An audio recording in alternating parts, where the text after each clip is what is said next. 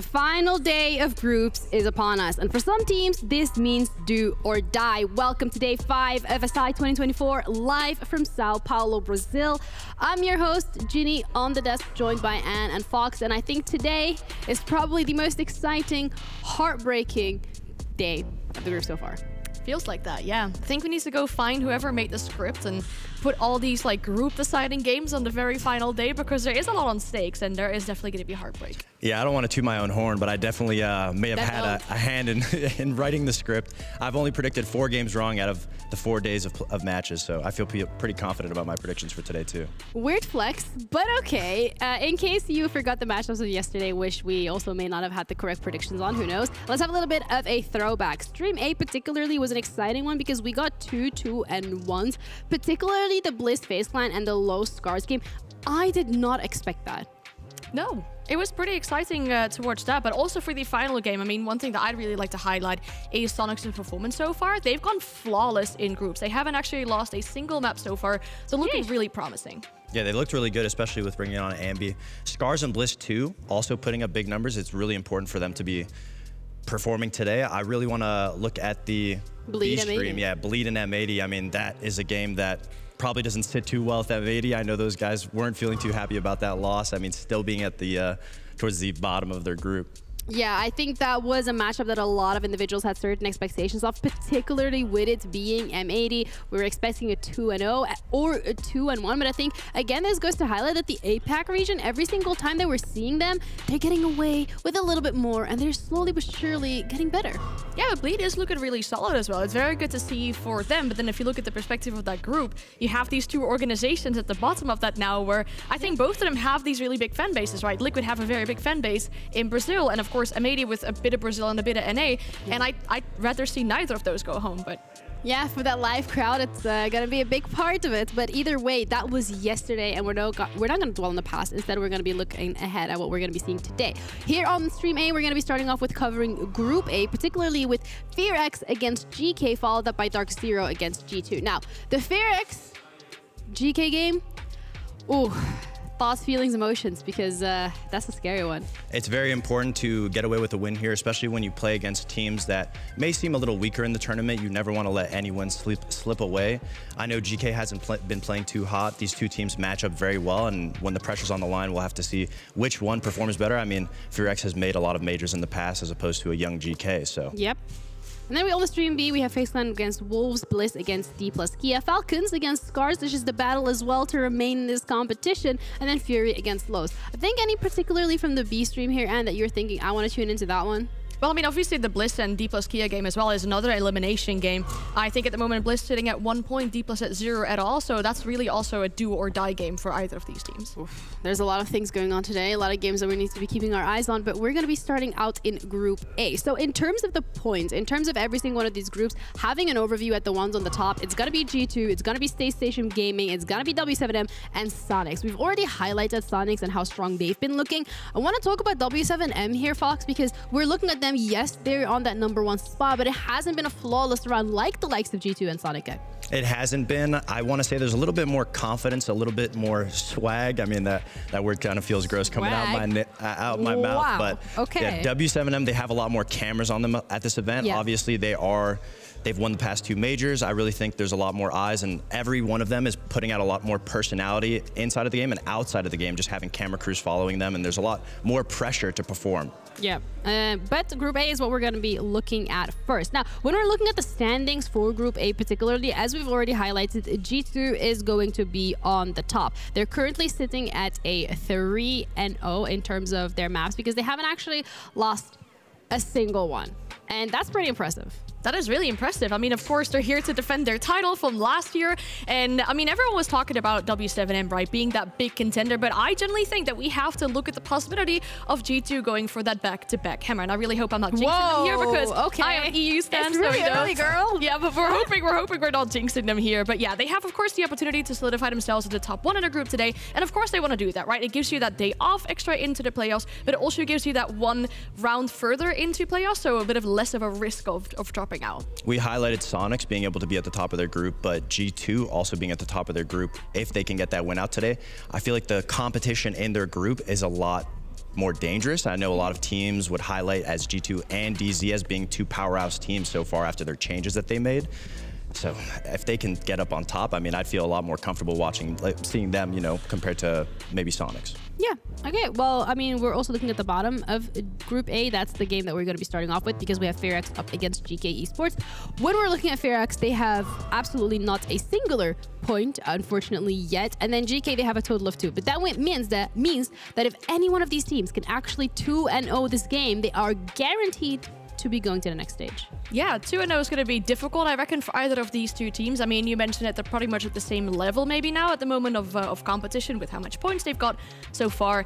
And even the statistics, they're pretty close as well because most of them are leaning in the favor of GK, but the numbers aren't that different. I like to look at the conversion rate because even though FearX may not be getting many of these round wins, when they have that advantage, they're not letting it slip away, whereas GK, I feel like, has been getting the advantage, but the lack of team play, the lack of, I guess, experience in the scene, it causes them to, I guess, let it slip through their fingers. Yeah, I think a lot of questions that we had when GK came into the competition was the changes that they have made and how that they are still holding on to Noodle, but again, we know that he doesn't necessarily speak Arabic, and when we're sitting here listening into the comms, we can hear some Arabic thrown around here and there, so it brings a couple of questions in terms of that communication aspect of the team, but so far Noodle has been a standout player for this roster. Communication has been the biggest thing, absolutely, especially for Noodle. With not deciding to bring back Leader from Atlanta, Noodle has been taking on that IGL burden, which is very difficult nonetheless for his role specifically. He is the entry for the team, so not only does he have to focus about the people behind him,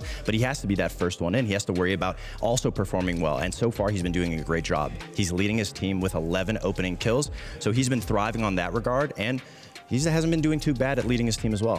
Yeah, another player that I would like to potentially highlight in that regard is a player that's been really standing out as Hasham. I think personally he's had some rounds where he got these clutches where maybe, and you could see on his face, like maybe he wasn't even expecting to get those clutches against certain teams.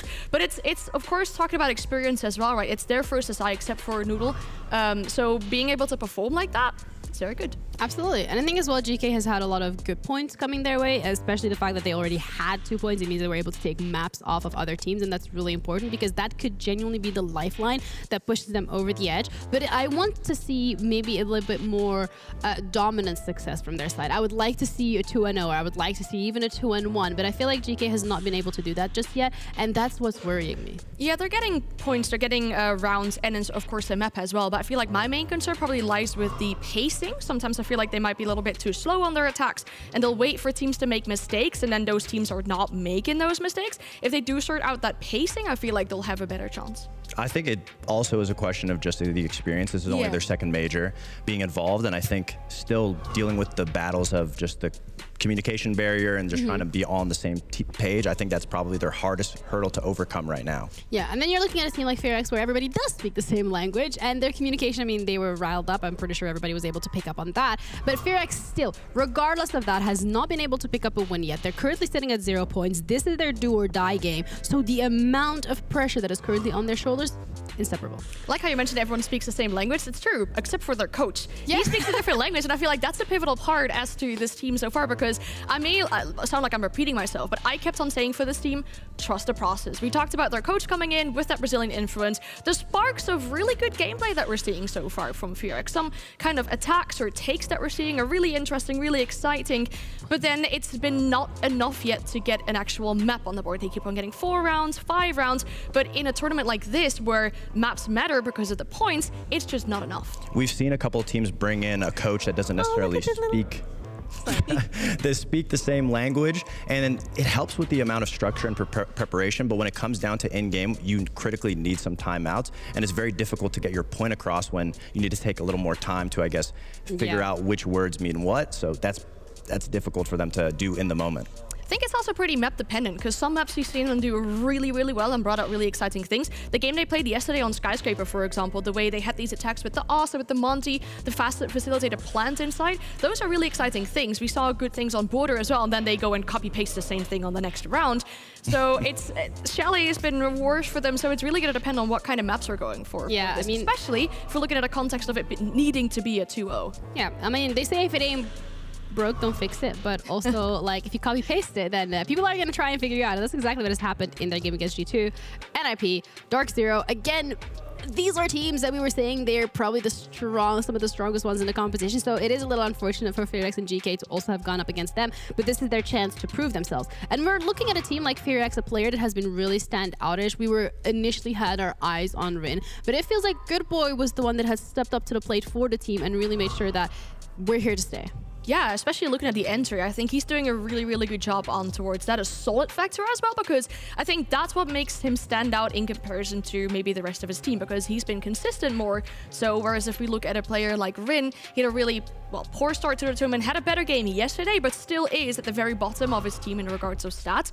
So maybe they need to try and make sure they balance it out a little bit, whereas the top isn't carrying as much and whereas the bottom is like carrying a little bit more. I love that you brought that up, because even though they've been 0-2 3 times, I think Good Boy has been a pretty bad boy in the server. I mean, his cost, the importance of how he is every single round. He has a 64% cost, which is just, I think, 15% above the next player on his team. So it shows that every round, even though they're not necessarily winning, he's still being a factor in the server, and he's got to be the main person to be able to, I guess, get FearX rounds. Yeah, he's that lifeline currently for FearX, but that is also a scary situation to be in as a team, because you're going to be standing back and relying potentially on heroic plays, which at the end of the day is not always going to be the case. That was intense. I mean, listen, we've already highlighted the stakes of the game, but I think that's just further emphasizing the fact that one of these teams is going home by the end of this game. Like, this is it. It either has to be a 2-0 from the side of FearX, or Geekay can get away with a 2-1, but they also need to close this out. And Geekay, we've already seen them had an incredible run in Atlanta, and both of these teams being able to come to these international competitions continuously. This time around, the format being a BO3, you don't get eliminated on day 1. That is such a nice thing for them as well, because they get that experience under their belt. They get that opportunity to scrim against local teams, scrim against better teams, specifically considering the regions where they're coming from. That might be really far-fetching here in this regards, but I mean, we've seen teams participating in this tournament, whereas their organization is currently already looking for new players. We know that the roster change opens up, or the roster lock opens up after this tournament as well. So some of these teams, especially in the concept of like, hey, we might be eliminated in this group, might potentially be playing for their career as well. Whereas if you're not performing right here, it's the end of the competitive year, roster changes might happen, and who knows what's going to happen. That's a serious thing. Just doom and gloom, guys. Just having that thought in your brain when you're playing, just, oh, if I don't perform, I might be the next one to go. I mean, one player that stands out to me is specifically Trixid on GK's side. He is currently the lowest rated player on the event. I hate to segue what we were saying into highlighting him, but he's -36 right now. He is on a supportive role, but it just goes to show the difference between the strong entry of GK and the backline. There's definitely a little bit of a miscommunication. There's not a sync in between both sides. All right, to bring this on a bit of a lighter note, I guess. I don't know if map vetoes can be considered a lighter note, but in terms of let's look at what exactly we're going to be experiencing today. We have Border, Labs, Bank, and Chalet taken out immediately. None of these teams are comfortable touching it, but then Oregon comes through first.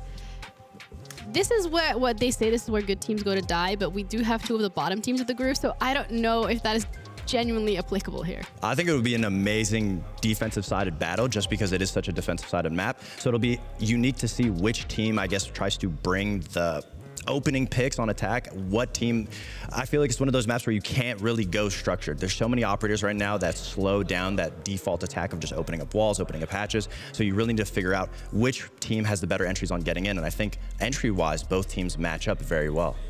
I really like the skyscraper pick from FearX. I mean, I talked about how they had these really exciting attacks that they had with those shields and stuff against Dark Zero. That was the only map they managed to get to overtime so far. But then, if you look at the operator bans on the side of GK, they tend to ban the Monty a lot. So I hope that that doesn't eliminate that one strong factor for FearX to make sure they win out the map. Though Consulate, that has been a really solid map for GK so far. They took down very big teams on that map. I think it was Dark Zero and NIP. So if it gets to the decider, that might be really risky for FearX. Ooh. It is getting very excited, but we are ready to head into the first map of this game. Remember, this is do or die for both of these teams. So let's head over to Oregon. Do or die indeed. 4 elimination matches all on the last day, Hap. But honestly, if I'm looking at that veto phase, it might be crazy. It might be outlandish to some people, but I think just maybe FearX have a shot. They definitely do have a shot. I mean, you said earlier as well, the statistics, even though the points do not reflect it, have been very much equal to some point here. And, you know, FearX, whilst, you know, they haven't been able to take a map away yet, they've definitely gone you know, close in the scorings in one or two of them. So there is an opportunity. If things just start connecting today, they might as well just take the series. Oregon and Skyscraper, probably very well practiced for both these teams, because as I'm about to say, Geekay also have a very solid record on both these maps, but FearX in some of their closest results, 8-6s, 7-5s, a 7-5 victory over Fury in Copenhagen on this very map. I might be looking for very small success, but for a team that has barely won maps internationally, FearX, it's all we have to look at.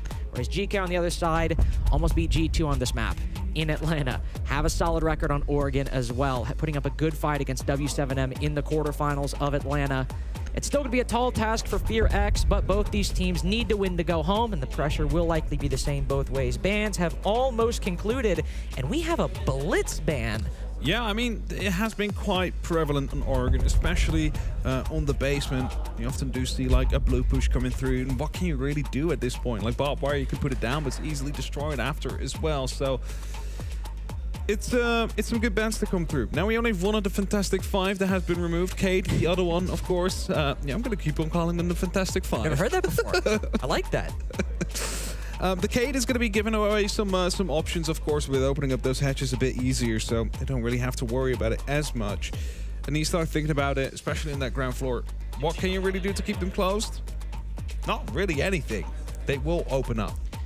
We have also neglected to mention the Buck ban, by the way, from FearX, and that leaves huge operators on Oregon like Ying, Dokkaebi, Grim, even to a certain extent. We've seen Grim bans crop up a little bit at SI24 on Oregon as well. All of those huge attacking operators will be in GK's hands to start, whereas FearX have opted to bring the Buck. Now, I mentioned yesterday, I don't remember the exact game, but Buck has definitely seen an uptick in both, maybe not pick rate, but definitely we've seen him used a lot more to use that skeleton key down below and pressure defenders from beneath either the bomb site or the floor, wherever that Buck decides to go and wherever the defenders happen to be. Given the fact that nading from below isn't a reality anymore, once FearX are defending bomb sites like dorms or even just roaming up there, having that Buck off the board will make them significantly more comfortable. And now to just set the stakes here, a single map win is not going to be enough for GK to go through. That will put them onto 3 points. If FearX then take the All Series, they will be on 3 as well, and then the mini league will be taking place. Due to the fact it's only 2 teams here, it's a direct head-to-head that will be going through. So FearX, really good opportunity. They just need to win the series to stay alive here. The analysis from the decision desk. A bomb has been located. Nothing. It was just American like news show reference. Okay. Sorry, I don't watch American news shows. That's fair. So what is? But we are attacking the basement first, and there's been quite some roamers from FearX actually that have set themselves up top, and one of them is going to be Rin. Now, I think Rin actually just rotating back towards the site. Rin is one of those players that had some amazing plays back with D+ when they were playing in Sweden, one bullet away from making it to the semis, and as Rin just opens up now, I was just going to highlight this. This is the player that needs to show up. If Rin shows up, FearX, they have a really good opportunity to take this series because Rin has not really been there so far. No, and Good Boy really has been begging for support from his team. The only one breaching a 1.0 rating or above a 1.0 rating this tournament so far. If anybody's able to show up and give him some support, FearX's chances of taking a victory on this map, let alone this series, increase significantly. First kill goes the way of FearX, as we just saw, taking out Hashom, a very formidable young player in his own right, making a name for himself in that Atlanta tournament with, of course, huge plays, nice one-taps, and also utility-saving rounds. Ended up making many a highlight reel. But aside from that early kill onto Hashom, there's not been much action for either of these teams. GK still just sitting around the bomb site, whereas FearX waiting for them to push. Matches have been opened up though, so there is always the opportunity to go for the 3-2-1 execute. They just need to get themselves ready for it. Scarrows are going to be used to try and get rid of the Izami barrier that's blocking the line of sight onto the big tower stairs. Of course, there's always the opportunity for Arakazi to come in and replace it, which would force more information. Not drone Rin, possibly here underneath the staircase. Again, could be proving a huge hurdle for Geekay to pass. Yeah, not clearing that Harry Potter position, especially if an attacking team is going for a backsided take, it can completely undo things. The E-Box players are caught off guard. Key could be caught off guard in this position. And if the Bees miss him as well from Trixt on the Grim, who knows what could happen? Key just falls down, but there's Rin finally with the double and the triple sitting inside. He doesn't confirm the kill on Trixt, but with seriously downed as well. It's just Noodle left, now able to pick up Trixt again. Using that Adrenal Surge, but with only 5 seconds in the Kiva in the way. Demic with the wraparound, and Good Boy with the finisher. First defensive win, FearX's. And it went a bit quick there in the end. The diffuser was dropped. I'm not quite sure where it went down. It wasn't in the pockets anymore, so kills were the only real option it could go for. Maybe Ruin waited a bit too long as one of the teammates just got killed there, you know, could stepped in a bit earlier. But again, that's what we talked about. Good Boy, the only person really breaking even at this point. We need someone else to start stepping up. This is, and that's by no means disrespectful, but the best of the rest at this point. Whoever wins this is going through, the other one will be going home. And that will mean scruffy fights are coming in. That will mean everything is on the line here. Also a game where in 2 imperfect teams so far, mistakes could be what end up deciding it. And sometimes in the heat of the moment, you misdrone something, it happens to the best of us, but in this particular series, you've had 3 up until this point. You've had 3 to iron out the mistakes to get warmed up. And not droning a spot like Harry Potter where, I mean, it's a position quite literally built to just have someone sit cloaked inside of the darkness and hoping they don't drone you out, because otherwise you're stuck in that corner when players might be flooding down E-Box and back tower stairs, and if your pillar guy is dead, there's not much you can do to escape aside from fighting your way out. So sure, technically not a 3K from Rin, but we can call that a 2.5K. Getting 2 kills, downing the next one. Very solid impact, but spawn peeking as Wamai to start. Rin, let's not... Never mind. A bit risky, but taking down the Hibana to start off the round, a gamble, but it pays off. It's for sure risky. It's also Noodle out of the way. He's also one of those like heavier hitters in the side of Geekay, able to put up a performance and clutch out every now and then as well. So taking him out early, taking out the Hibana, more importantly, is removing a lot of the heart breach potential. Still K, of course, still around on that Maverick, has the opportunity to start opening up the walls, usually used around the attic position to really open that one up. And as we do see, the Grim opening up inside of Armory. He's just going to be catching off any rotates back up the main stairs. Only being able to rely on that Maverick now, it's going to expose Key to quite a lot of gunfights when he's going for maybe the attic wall, maybe the bedroom wall as well. But we've seen this strategy really come into prominence in the Six Invitational. We've seen it plenty of times before, but I feel like every time I've casted a Dorms round, it's been an aggressive hold inside of the master bedroom closet with a rotate in the wall. Trixt taken out next. It's been a very unceremonious start to Geekay's second attempt on the attack. You've lost the Hibana and now the Grim. A very solid operator who, as you see on a very sometimes tight map that Oregon is, small rooms, tight angles, having those bees propagate throughout the entirety of multiple different rooms can be great. Now, it's just a 3v5. Okay, really struggling with opening himself up a rotation to start pushing into the attic here. A lot of time wasted there. I'm not quite sure if he can even fit through at this point, but there is so many players left on the side of FearX. They're definitely going to be having someone around in pit or attic watching for it, and indeed, as soon as he moves through, taking out Mephi, looking to lean into the next fight as well as Hasham is looking to make himself into games. He gets an opportunity. The second peak is going through. The smoke canister will force him off. Some amazing team play that we're seeing here from FearX, really working together on isolating these problems and forcing them back out the building, bringing it back to that 5v2 right now. This has the opportunity to become a flawless round with this angle out here again, like getting another kill for the side of FearX. Just holding the same angle, too. No communication about it. They clearly knew that somebody was hit. They had that knowledge, but that angle, that very, very difficult position, you see Hasham creeping up to try to deal with it.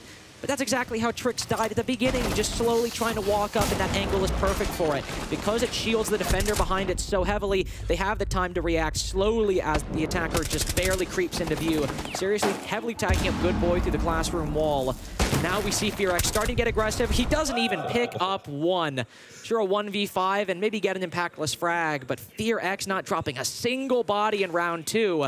Sure, 2 primary bomb sites happen on Oregon, but they've been looking great.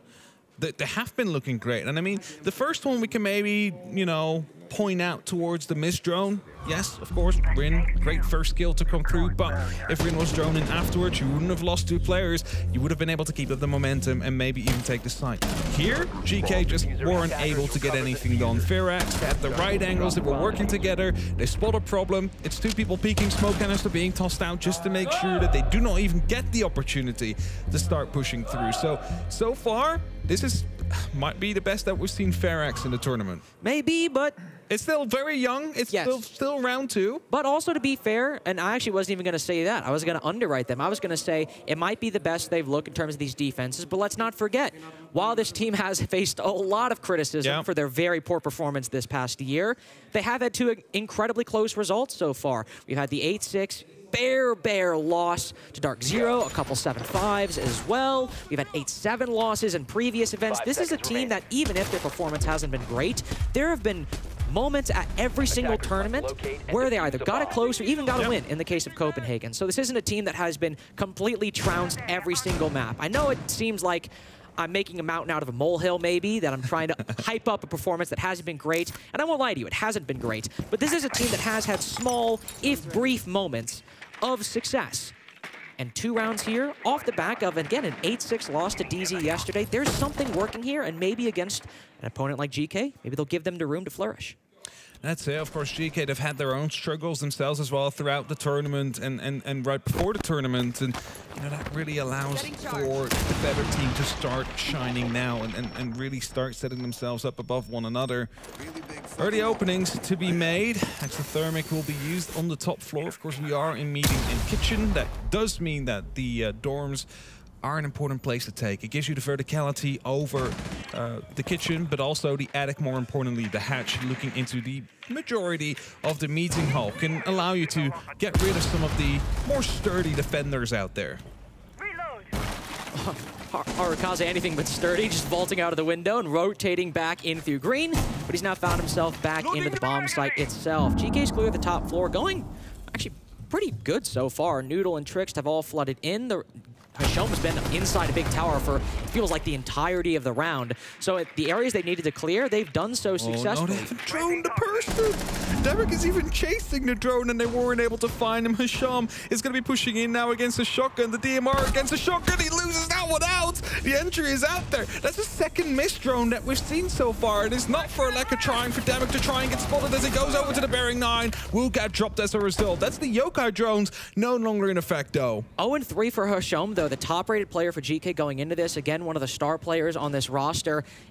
And 2 times now it feels like him and the rest of the team have been led astray by a poor droning from the backline, not checking a position. And at least in Harry Potter, again, he's pulled all the way back. We see Devic just sitting on big tower stairs. He's just chasing the drone even. Like he was hearing something. And Hasham's clearly concerned, but you can see he's cautiously peeking that angle. Rin now going for the swing inside a classroom. Oh, does overpeak just a little bit, and seriously is able to find Mephi, but there's the solid trades. Now GK are pretty much entirely confined to the backside, with nobody over by a split to either provide a backstab or some relief pressure for these players moving into the main stage. There aren't any C4s, only some impact grenades from R6. The attic hatch is reinforced as well, so they're really relying on R6, that very player, to flank up back tower stairs to make this a decisive execute. Good boy cloaking himself in the smoke. Key moving in for the plant. Tricks the main one on the coverage, but on low HP. He's got to be clinical. Costs almost the rest of his remaining health, but he cuts down Good Boy. He gets he knocks the plant down successfully. Such a well-timed flank from R6, and that's got to be round 3 for FearX. As Tricks putting the bomb down, Noodle's able to cover with the down under in. Noodle turns around in time. Oh, he misses the entirety of his mag, but R6 does not have the proper intel. Just sees him behind the bomb chassis. 3K off a huge flank from R6 to make it a flawless site rotation for FearX in the post plant. Like, Rin going down there could have meant the round. And I don't know if they had the drone on him, but Rin was DB'ing out. That was the one person that could basically literally swing into the default plant and the second plant spot, take him down. But instead, R6 having to come up from the back, able to find out the first fight on Noodle, that was huge. Because then he knew, has to be out there, has to be on that exact given spot. The tactical timeout will be called now by the side of GK. Things are going south, and they also know it's only map 1. They can afford to lose that. But after that, it starts to get problematic. So we need to get this one back in lane as quickly as possible, because if FearX is starting to get that momentum and they don't stop anymore, you'll be booking your plane tickets home. It's also good for Allo to get in the comms right now, because not only have the overall strategies, especially in round 2 with that Dorms attack, not looked super impressive. The basement attack, we could see the idea, but there was a missed drone. Round 3, just saw. But round 2 is really the main round where that overall strategy didn't fail. Yep. But it's also been individual small moments that sure might seem like minor fixes in the long run, but can be really tilting if you're under a game with this amount of pressure. The multiple missed drones in round 1 and round 3. Noodle having a moment to stop Arukaze, not on this flank because the intel was lacking, but on this flank as he goes up the stairs. He whiffs almost his entire magazine as Arukaze's bobbing and weaving on the back tower stairs. And it's not that Noodle should have hit that shot or it wasn't difficult, but missing that shot on top of all the other things, it's another small annoyance on top of what has been 3 very annoying rounds for Geekay so far, that if you let that problem go unchecked, team can start losing the mental a little bit. And I also felt like you didn't really need to take that fight, because he was digging properly, and you were putting yourself up in an elevated position, basically with no real way to fall back at that point. I mean, I get it, right? Like you wanna shut down a problem before it becomes a bigger problem. However, if you would have pulled back, maybe played that in a 1v1, in a 2v1, and re-peek or play on contact scenario, you would have been able to turn it around. Again, those are like those small little individual things that, whilst usually they work out, if they do go wrong, these kind of plays get enabled. Montaigne is being brought out by Hasham, as things not have really been going well so far. And that is, of course, going to be used to try and get barrels under control, to try and, well, shepherd these players back a little bit. Keeper barriers are going to make things a little bit more difficult, though. Not quite sure if there is some Goyo canisters on the door that would be isolating the Montaigne as soon as he does walk in. No, doesn't seem to be the case. So there's no Goyo out there. Free reign to just move in now. It is a little surprising, but you do have Arukaze playing that elbow position. We need to see what's supporting this Monty, because you get an initial beachhead into the bunker position. Not going to complain about that. Fair enough. But around the Monty is what needs to be successful as well. Noodle now creeping up onto back tower stairs. The drone's flying in. This is where we saw that missed drone previously, but there's plenty of time not only to make mistakes, but to correct them as well. You will have to rotate off with that Hibana on the board, playing this position on the bottom, inside a pillar, outside of blue. He could find himself exposed by those X-Kairos from Key, who's already very low. But if they're able to get that angle, the position that really was the undoing for them in that previous basement attack could be a lot more manageable. New Kiba bearers set up, and we also see Demic now being the player that's inside to deal with Montaigne. Of course, Mephi is playing on the Shaka corner as well. It's probably going to be giving away some support now. Hey, I am being swung by that Monty. Just a little bit too late there, though. Of course, the Bees are making Mephi a little bit afraid. You know, you cannot really go for that swing. There's just 3 people coming in from the barrels now. You need to do something at least. Whilst that smoke canister is keeping them at bay, that won't last for the rest of the round. Indeed, it will not last. Demic only has 1 smoke canister remaining, but he's stalling the execute from Geekay. So all that intel that's being delivered with those Bees onto the player on the bottom of back tower stairs, it can't be used. All that utility now gone. Mephi not able to find anything, but Rin completely dominating this basement bomb site. 2 kills, the only 2 for FearX so far. A 3K now as Trix floods into the pillar position. Only 1 player left. Key with the diffuser, watching the attack crumble around him because of 1-4-16, and admittedly, a little bit of action from the Vector of Good Boy as well. He will rotate around. Arukaze looking at a wall, I think. Not entirely sure what he was looking at. Worried about the elbow position. Key will now walk up and see the head of the Goyo. A tight shot to land, but barely even a bullet fired. 4 rounds in a row from FearX. I think Arukaze is still watching at the rotation at the end of elbow, because there was a very heavy push coming from that direction, and they just weren't sure if there was 3 or 4 people out there, or, you know, if they even pushed through on pillar. There was just no info. But FearX, pretty decent so far. Or even more than decent, really just showing up against GK and taking a round right after the tactical. That's always a good one to have, because you expect these tacticals to come in and the momentum should shift slightly. Not really the case. Ring gun unseen. There's even a flank drone out there. Wow. Able to find 1 and then swing back into meeting for a second, back down the stairs for a 3rd. Again, we mentioned it. Rin is this like player that back on Damwon against FaZe. That was in Yavla, was it? 1 bullet away from making it to the was it final? Yep, it was the final. Yeah, so it's like that would have been the closest a team from the region has ever been. They missed out. Ever since, there's been a bit of a downward spiral for them one, and well, D+ now going through. Rin eventually got dropped, now picked up by FearX, and we're like, we know there is potential in the player. It's just not coming out properly. Now we're starting to see some of that. This is the time to start heating up, and but on both basement sites, every other site, Rin has been fine, you know, not costing, like but not a kill or two, yeah, you know. Yeah, not contributing a whole lot, but that's 2 different multi-kills on the basement site. What, I think two 3Ks, maybe a 4K and a 3K? It was a 2K and a 3K. 2K and a 3K, there you go. And honestly, if one of those 2Ks completely undoes the execute and the 3K does even more, I'm perfectly fine with that. Rin finding another one. Key just slowly dry peeking the armory window before the bees land. So in that split second before the intel is gathered, caught off guard, and on another Dorms attack hap. That's the hard breacher dealt with, and there's no redundancy this time. No Maverick. Hashom just saw someone rotating out. I'm not quite sure where Mephi went from. That was a jump out and a half. Managed to go back in all the way. Might have actually trying to go for a Truggs there. You know, run out from that tower door. But not being able to be caught up by Hasham, who fired in a little bit late. That gives him the idea, okay, there's someone in meeting now.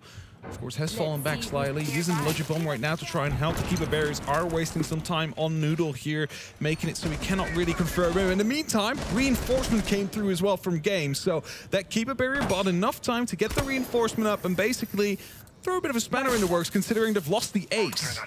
I think that has to be called given to reinforce that wall. Either the man advantage, the hard breacher being lost, and that being recognized by FearX, or both for that matter. Because once they realize, hey, they can't open up any walls, just use that pocket reinforcement, you're all good now. Now you're forcing Geekay to basically do what they tried to do before. Flood in through attic or through the wolf door to just get kills in a situation where FearX just have to trade the man count down. There's only one player at this point off-site. It's Mephi all the way in green, but it's a 4v4 on the side itself. A position that FearX can very easily win should the utility still hold. There's a rotation coming through. The players that were just in the master bedroom have left. So all we really have is a Shum on the white stairs now, and with a player or two onto the actual big window. So it seems like it might be a big window push as we do see some kills coming through, and now the vaulting comes in as well, but the diffuser has been dropped as Good Boy was still out there. I think the second player came in and dropped. Good Boy takes him down as well, but Shum is on the other side of a Surya laser gate now to try and clutch out the round in his 1v3. He's going to be wasting that gate, but there's someone behind the shield. He's just seen it now. That little sidestep, enough to keep him at bay. He's not going to be able to move in safely now.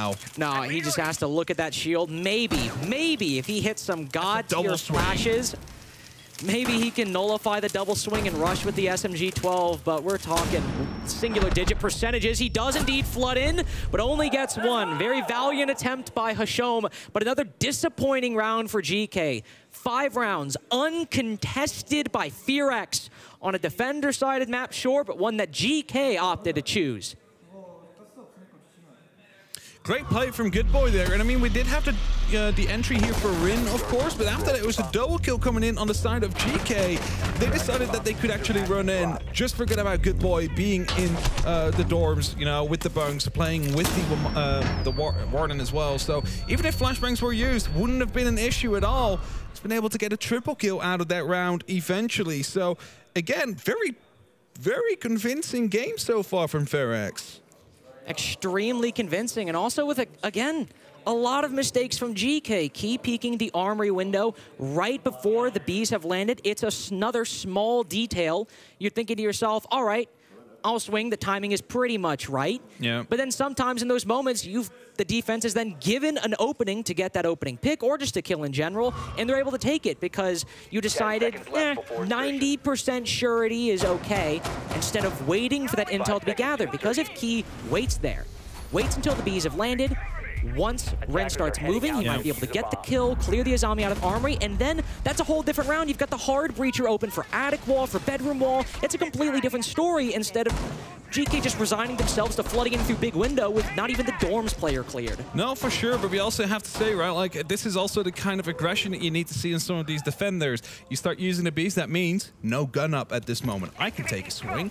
Same goes for flashbangs being tossed out or grenades to be tossed out. No gun is up at that moment. You can go for a swing. And sometimes there's a bit of a lack on there. But as they realize that they're playing alone, there's no real cover out there, especially on that window, you can take those swings, and they came out successful. 5-0. 0. All entry kills so far have gone to FearX. Is Geekay going to be able to at least find one on their attack, find a single round on their attack? Or is this going to be a very convincing FearX half? Well, it might very well rely on whether Hashom can make this push work. Another player trying to combine with some help. Outside of Attic in this mirror window, 2 different players to the left and the right. They destroy the mirror window, and Good Boy backs up as a result. Knows he can fall back down through that dorm's hatch. He doesn't need to so aggressively contest, especially with Rin helping to set up a crossfire. Both now backing up, but Rin definitely in a bit more of a difficult position, whereas Good Boy might be able to retreat a little easier. Demic, with the support from below, cuts down Trixt. One part of that trifecta moving in through the dorm's position. Now Noodle pushed further up. Hashom just waiting to see if that Attic player, that Dorms player, excuse me, rotates in front of them. Rid putting Noodle down to very low HP, but I believe that might have been Demic from below to actually down the player. Either way, it's put seriously in a very difficult position because the entirety of GK's roster is moving through this top floor, and aside from Rin on 1 HP, no. Do they even know? No, they don't. They don't know. Surely you would have been aware of that. Rin hiding, pretending to be dead, finding 2 kills before they drop themselves, but it leaves it in a 4v2 situation now in favor of FearX, and they still need to start dropping. They still need to start coming down, and as the staircase gets descended, it is only up to K now in a 1v4 situation. An absolute massacre in round 6. He's slowly moving down, can't even find one. Would you believe it if I told you that FearX would not drop a single round to start on their opponent's pick? It might be defense, but Hap, that didn't look close. It's been a ruse. They've just been throwing all these games to be underestimated, so they can now go on, win the 7-0, win the entire R6 Invitational. Calling it now. Might be a bit delulu for that one, but that's a very, very bold prediction. I'll give you that. I mean, they've definitely had their issues, but so far, definitely FearX showing up big when they have to, because it is do or die, and they're not crumbling under the pressure so far.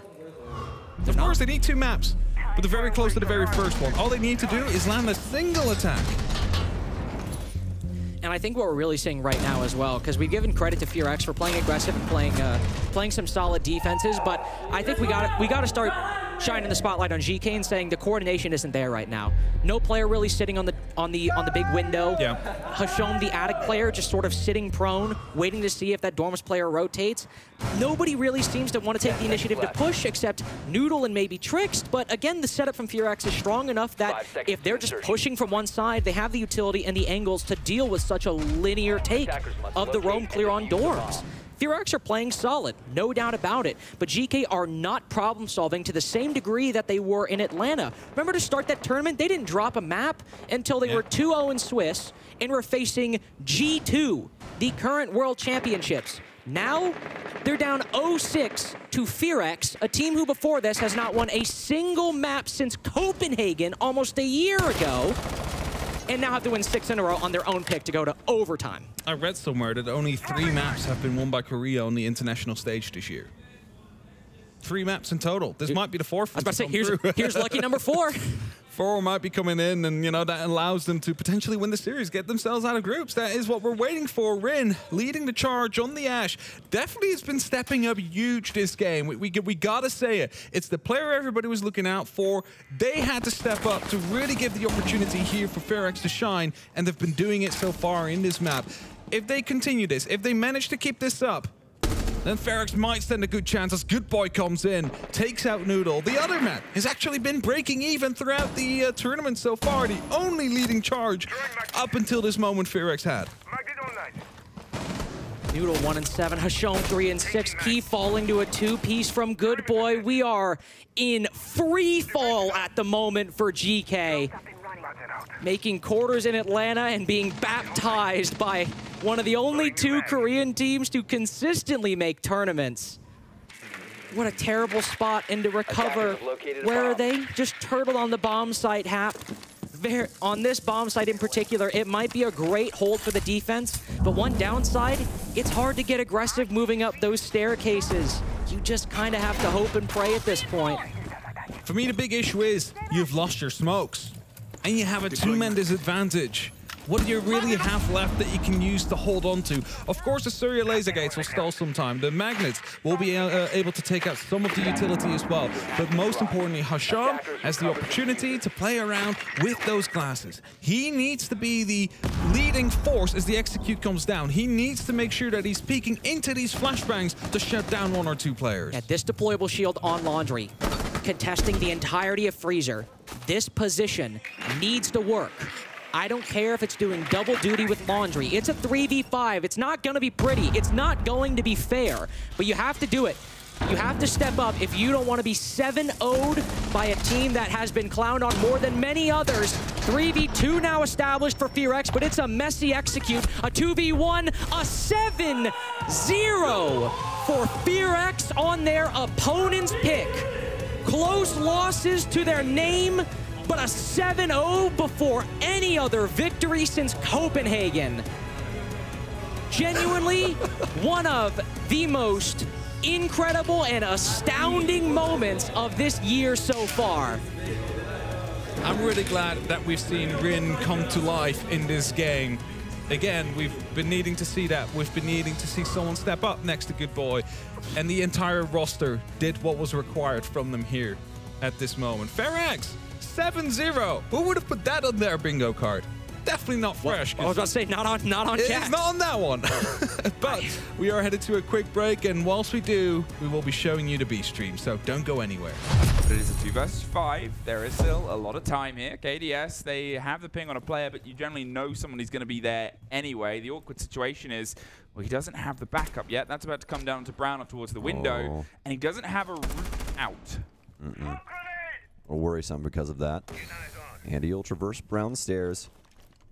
There's one in Whiskey. An important shot here goes a little awry, but that's A-OK. Stun in. KDS has to win this, and he's gunned down. Trying to play through the smoke up against Warden, probably not the best idea in the world.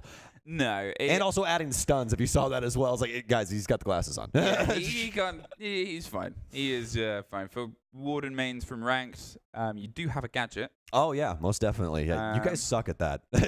I'm just telling you. Like, I hope you know it's not just the gun, guys. Yeah. There's more to him. And there's a lot of utility in Siege. I don't know if you know that.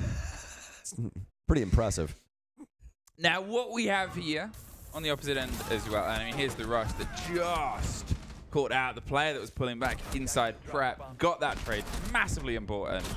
And yeah, there's the pop round and the blind. We have a huge intel game that is being driven by the side of Wolves. Currently, they are more than happy to lean into it. And you can see it very clearly here on the right-hand side. That is 3 dedicated intel driving operators alongside P4, Mowgli, and Deadshot. They are making sure they have full control of pretty much any approach that FaZe is wanting to put here, and that is such a respect paid towards FaZe's utility game. I said about it at the very, very beginning. They do it so well. Whether on defense or attack, they know how to play their drones, they know how to play their cams, they'll play the Valk, they'll play the whatever, and then they'll drive themselves with pre-placed drones and great positioning.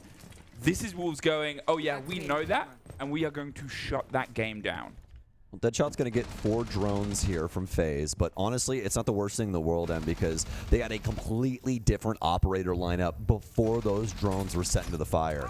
And that's going to make it to where they can actually have a better strategy coming into this round. And honestly, highly appreciative, especially with this IQ here. You got the Valk, you got the Pulse, you got the Solus as well. A lot of influence here for that gadget out of Cyber, especially if used properly.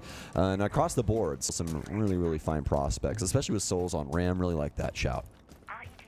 I think the thing about the Ram is on maps now you sort of go, it's like Maverick. It's like, oh yeah, Ram on Labs on the base push, bring it.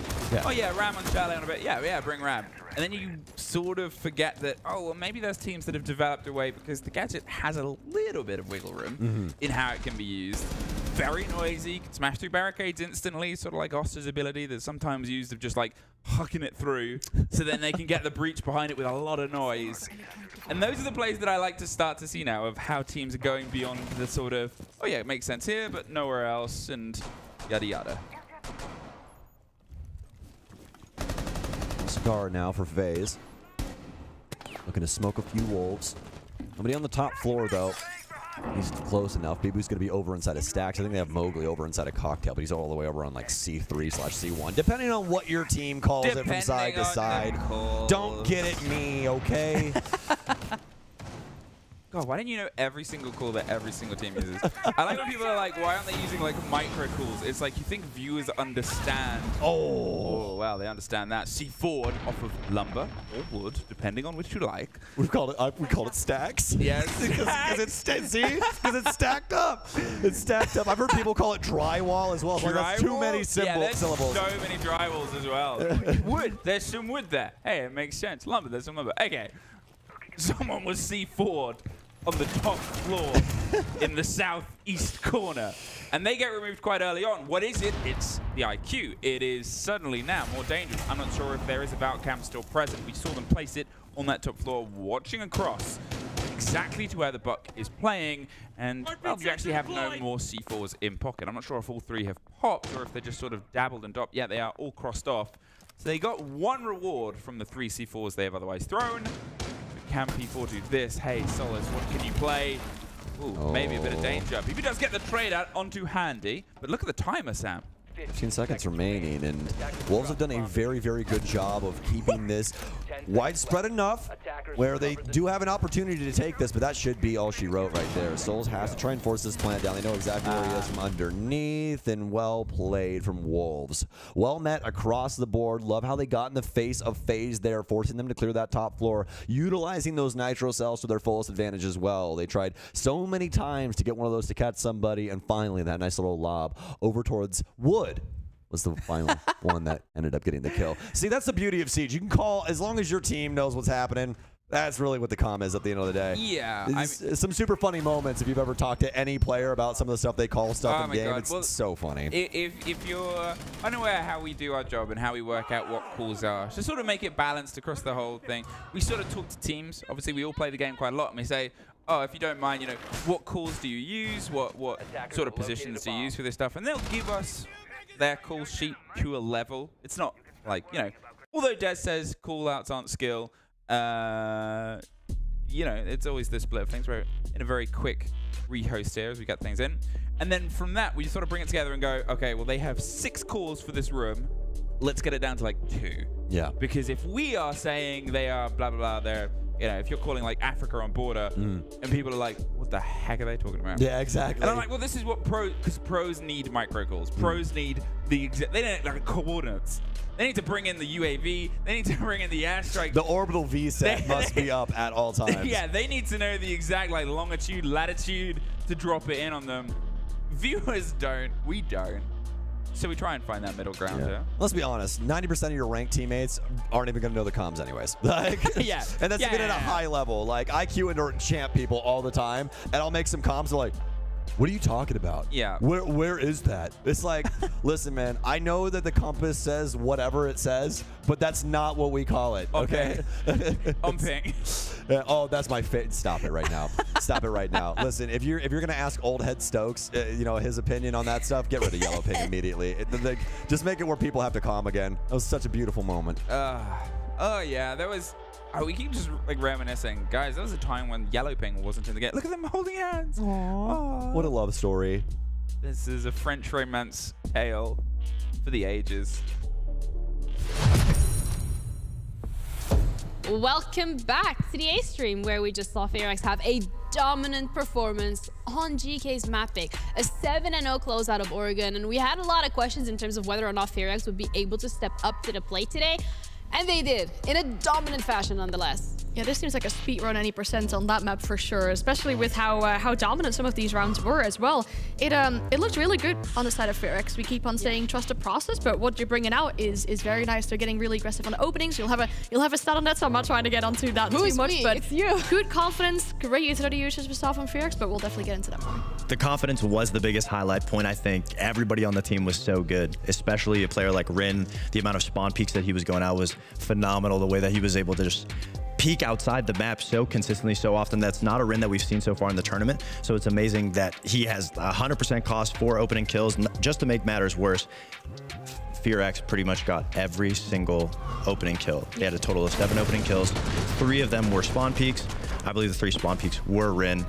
Yeah. If you're GK, it definitely hurts that you don't even have a chance to get into the building. I think hurting is a different, like, that's an understatement, because coming into this, they felt very disjointed. It didn't feel like they were on the same page. One thing went wrong and everybody just went their own way. Yeah, and that's what's happening here as well in these rounds that we're seeing on the attack. I mean, if you get spawn peaked, for example, when you're trying to go for a funky executor, you have these like essential parts of your kit that you're now missing because you got spawn peaked. It's gonna make it really difficult to deal with the other issues that are coming up. And what I think that FearX did really well is they had some really good Azami Kiba barriers, and then GK were bringing out utility to make sure that they were able to deal with them, but they just weren't always using that utility. We saw players die with 4 Yinkanilla still in the pocket, not using the Flores RC Irriteros to get rid of those Kiba barriers and to make sure that they could, well, get a push for themselves. I agree completely. Every player on FearX was doing really well, but the utility was what was guiding them through it. Every single round, the Azamis, I mean, we saw amazing Azami one-ways that they were peeking through little pixels, especially the one on Attic. They pretty much weren't able to get through it without using the utility. I think the first 2 rounds that GK brought everything and got spawn peak definitely hit their morale, because after that point, they weren't even using the utility that they clearly had to deal with the shields, the Azamis, and obviously you can't just brute force your way through it when FearX just had so much information on them.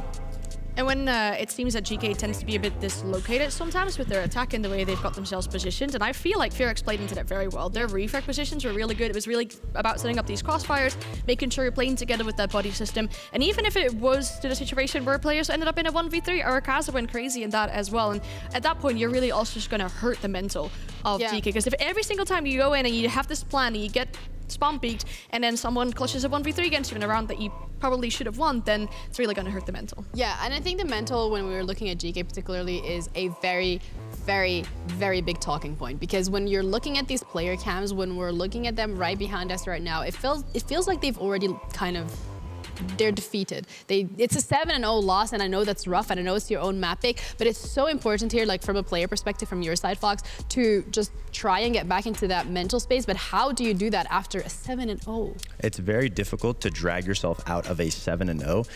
But on one end of things, the map didn't even start for them. So in a way, they can look forward to the second map. It sounds so mean. Like, it's chalked. You know what happened. All right, we're starting the best of 3. At the end of the day, if you win, you have to win the next 2 maps to pretty much win the best of 3. So it's essentially a 2-0 if you take out the first map. It's that kind of safety net, I guess, for them now, that they didn't necessarily need this to be a 2-0 in order to make it through in groups. They're comfortable even if they have that 2-1. So this next map is going to tell us a lot in that regards. But then, you know, going to Skyscraper, that is going to bode very well for FearX. So there is a bit of a worry, I guess, for GK on that side, because the times that FearX played Skyscraper, they brought out these really exciting attacks against Dark Zero, and they were also willing to bring it out as a decider against G2.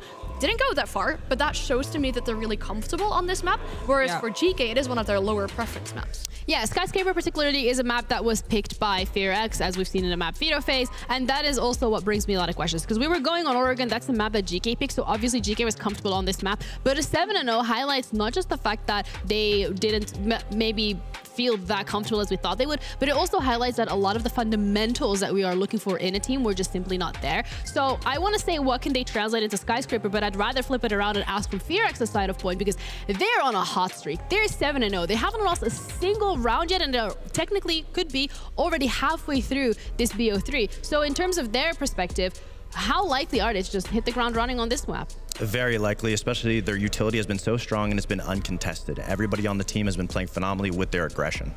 Yeah, and with that, the game is ready, so we don't have to speculate any longer, because we are ready to head into the server. Skyscraper coming up next, and this one for GK is the only map that can keep them into the competition to push it to the decider, but FearX, they're looking down the barrel of success.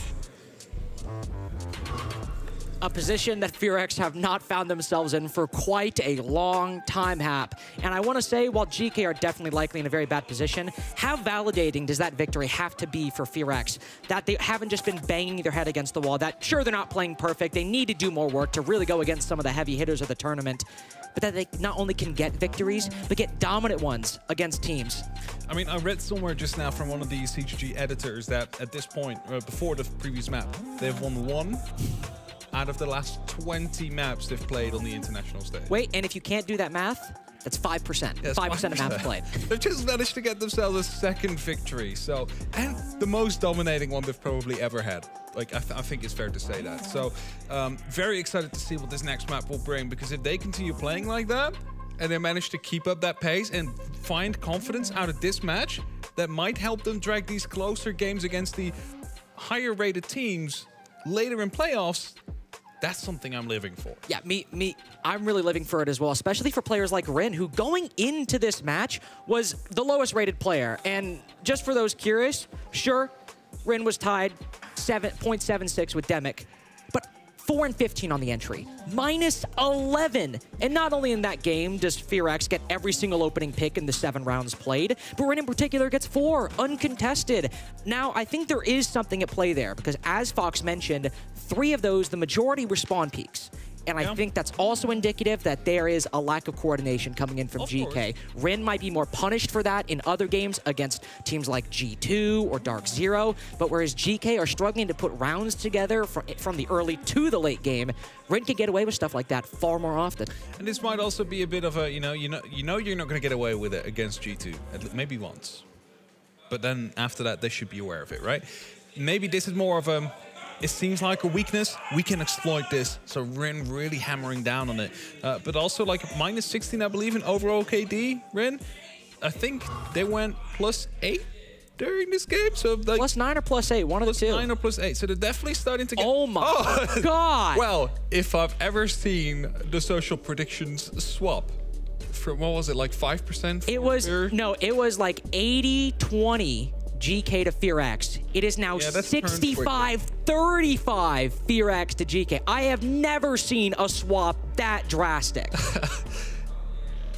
That is insane. That's brutal. That is definitely brutal. But we're headed into Skyscraper now. After that 7-0 from FearX. Can they keep up the pace? They're starting off on the attack though, so that is the saving grace here for Geekay. They need to try and get themselves a couple of early rounds, as that would really enable them to build back up some confidence. It would. But this is the other interesting thing. I mentioned earlier how Skyscraper and Oregon have had some of FearX's closest results leading up to this point. In some cases wins, in some cases OT losses. But this is the map that FearX took Dark Zero to overtime and lost 8-6. But most importantly, started that game up 3-1 on the attacking side against Dark Zero, who, sure, they've had problems. Maybe they're not the best team at the event alongside the likes of W7M or G2, but it's still an NA powerhouse with great players and a great IGL, and FearX were able to run up the score early with 3 rounds. And against Geekay, who are clearly underperforming from where they were in Atlanta, if they can just get that same score going into the defensive half, that is a far greater likelihood of success than it might have been in their game against DZ yesterday. Guess we see FearX banning out the Cade, but also the Maverick. So Cade, of course, is always a bit more tricky to work with, considering it is an area denial electrification rather than a single wall that you managed to get. What are you confused about? Well, no, I'm not confused about any of the bans, but it just occurred to me, Mav is banned and Tubarão is up. The main hard breach encounter to Tubarão is taken off the board, and there's no responding defensive ban. But more importantly, Geekay are not running Tubarão in the first round, because if you think about it, one of the huge problems, is if you can't get open that geisha wall, because one of the core points that you pressure both of the bomb sites and also can pressure anybody playing on main stairs, cut off anybody rotating back from drum, is opening up the geisha wall and taking control of that room. So that's why we sometimes see teams ban Thermite, because it makes getting that a lot more difficult and then makes this site a little bit more defender-sided. Here, sure, Thermite's not banned, but if you run Tubarão, the main counter to him is now taken off the board, and you can keep that geisha wall sealed far longer than you could otherwise. Geekay have opted not to bring that operator, so I'm not going to say it's a bad decision just yet, because I mean, with a zombie on this bomb site, she could make it annoying in and of itself. But I am curious to see if that ends up becoming a problem that Geekay opted not to give FearX. I mean, what would you swap out? Maybe go for Noodle on the Bandit and then get Trilix on the Tubarão? Like that would be a potential change you could make there. But indeed, it's going to be a wait and see if it is going to be impactful, or if they're going to be swapping over to it later on, because not really utilizing the strong ones that are on there. Something just happened on the other stream. Not quite sure what it is, but I hear both Emmy and Sam absolutely popping off. Emmy can obviously get excited, but I feel like she's just matching Sam's energy, and they're both just going, "Aah!" It just keeps going. I don't know what's going on out there. But the entry is there. This time it's seriously to find Rin, however. So they managed to turn that around after 7 consecutive sufferings of the entry. And Rin now been shut down again. Yeah, Rin unfortunately now losing on the entry game for his first entry death of the series so far. Maybe Geekay will be able to convert it to a round victory. Their first of the series so far. Time will only tell, as we're almost halfway into the round, and FearX are still very much gathering intel. They haven't lost many, only lost 3 drones now, but have not gained anything for those efforts so far, except, I will say, Good Boy taking control of Barbecue down below. Now can use the skeleton key not to directly pressure that black stairs position, but as I was about to say, if that smoke decides to rotate into Karaoke, might find an early death at the hands of that C8. It was also their own verticality that they had to stop anybody from moving up towards the black stairs there. So it was a bit more painful if you lose someone to your own utility or your own plan and verticality that you set up, as Trilix now is going to be finding himself in a crucial position as he's the one man that's holding off the push coming in from the side of the blue stairs. Black stairs, sorry, the black stairs. It's not even blue at this point. And as the claymores are being set up, the drones are coming in as well, trying to see if there's any extra utility that can be quickly sniped out. Some information that might be useful as they move through. They found so much of this intel, but we've seen a few times this tournament. Losing a lot of drones and not gaining anything from it is a double bind. You can't gain anything further, and you've not got anything for what you've spent. Mephi starts creeping in. Remember, they've taken down that player on back stairs, so they can start moving forward. And indeed, with the cover of a smoke grenade, Arakaze's moved in just as silently as Geekay haven't noticed. I barely even noticed either that Arakaze had actually ended up getting the bomb down. Good Boy finds his second kill of the round. Hashom now falling. Mephi rotates out just as Trix goes for the peek, but the Monty's got the shield. He can hide behind it, play there safely. Noodle's retaken down below, but doesn't find anybody. Good Boy has vacated the premises, and Geekay are struggling to find ground on this retake. Demic with the first kill, he's acquired. 3 now for FearX overall. Arakaze just wasting time. That's all he needs to do as a firing squad in front of the Kiba. Matthew just fires 3 shots into him and leaves Noodle to do the work of a team. In a 1v3, he downs Arakaze, but still loses the round. 2 impactless frags, impressive as they are, will not change Time's cruel fate. It is thrust upon Geekay. First round on the attack goes to FearX. Carter, can you explain something to me? I'll try my best. How does the loudest operator in the game sneak into the side and start planting without anybody noting? Well, actually, Hap, I think the boogie drones from Ram might be a little louder than... No, but the operator themselves. Yeah, I get what you mean. Not the gadget. Just to be clear, you're referring to Montaigne, fully shield extended, clomping around the floor, like, metal hitting like metal, scratching the carpet. Yeah, I'm not entirely sure. And while I will say FearX were really stalling out, they ended up making the correct read, which was, we killed the smoke on back stairs, and the only guy watching is Trix, who is sprinting back and forth between Geisha and the right side watching Karaoke. He's constantly moving, and once they throw down that smoke, it seems like there is either nothing he can do or he doesn't even realize. So to answer your question, I don't know. I would have to guess Trix was over by Geisha instead of on the right side, but that also asks the question, if they still have Geisha, why isn't he holding the Karaoke side far more, considering his teammate fell in that position? Yeah, with the amount of pressure that's coming down from the black stairs and the balcony, you would expect more than one player to potentially be watching it, let alone no player to be watching it. But okay, slight mistakes. FearX, perfect read, that is, because again, first of all, opening from Good Boy on the ground floor upwards towards the back stairs, that's crucial. Taking out that smoke, the entire Montaigne just feels a lot more safe to just walk up because there's no toxic gas that will be hurled this way. It also completely nullifies the first opening pick for Geekay in that series because they get the first pick. Seriously is able to find Rin super early on, but does it really matter when FearX basically for free just take down the main player, stopping the push they want to go for, and then later on, the backline player is neglecting his duty? Now, ever more important with Key's death? Who knows?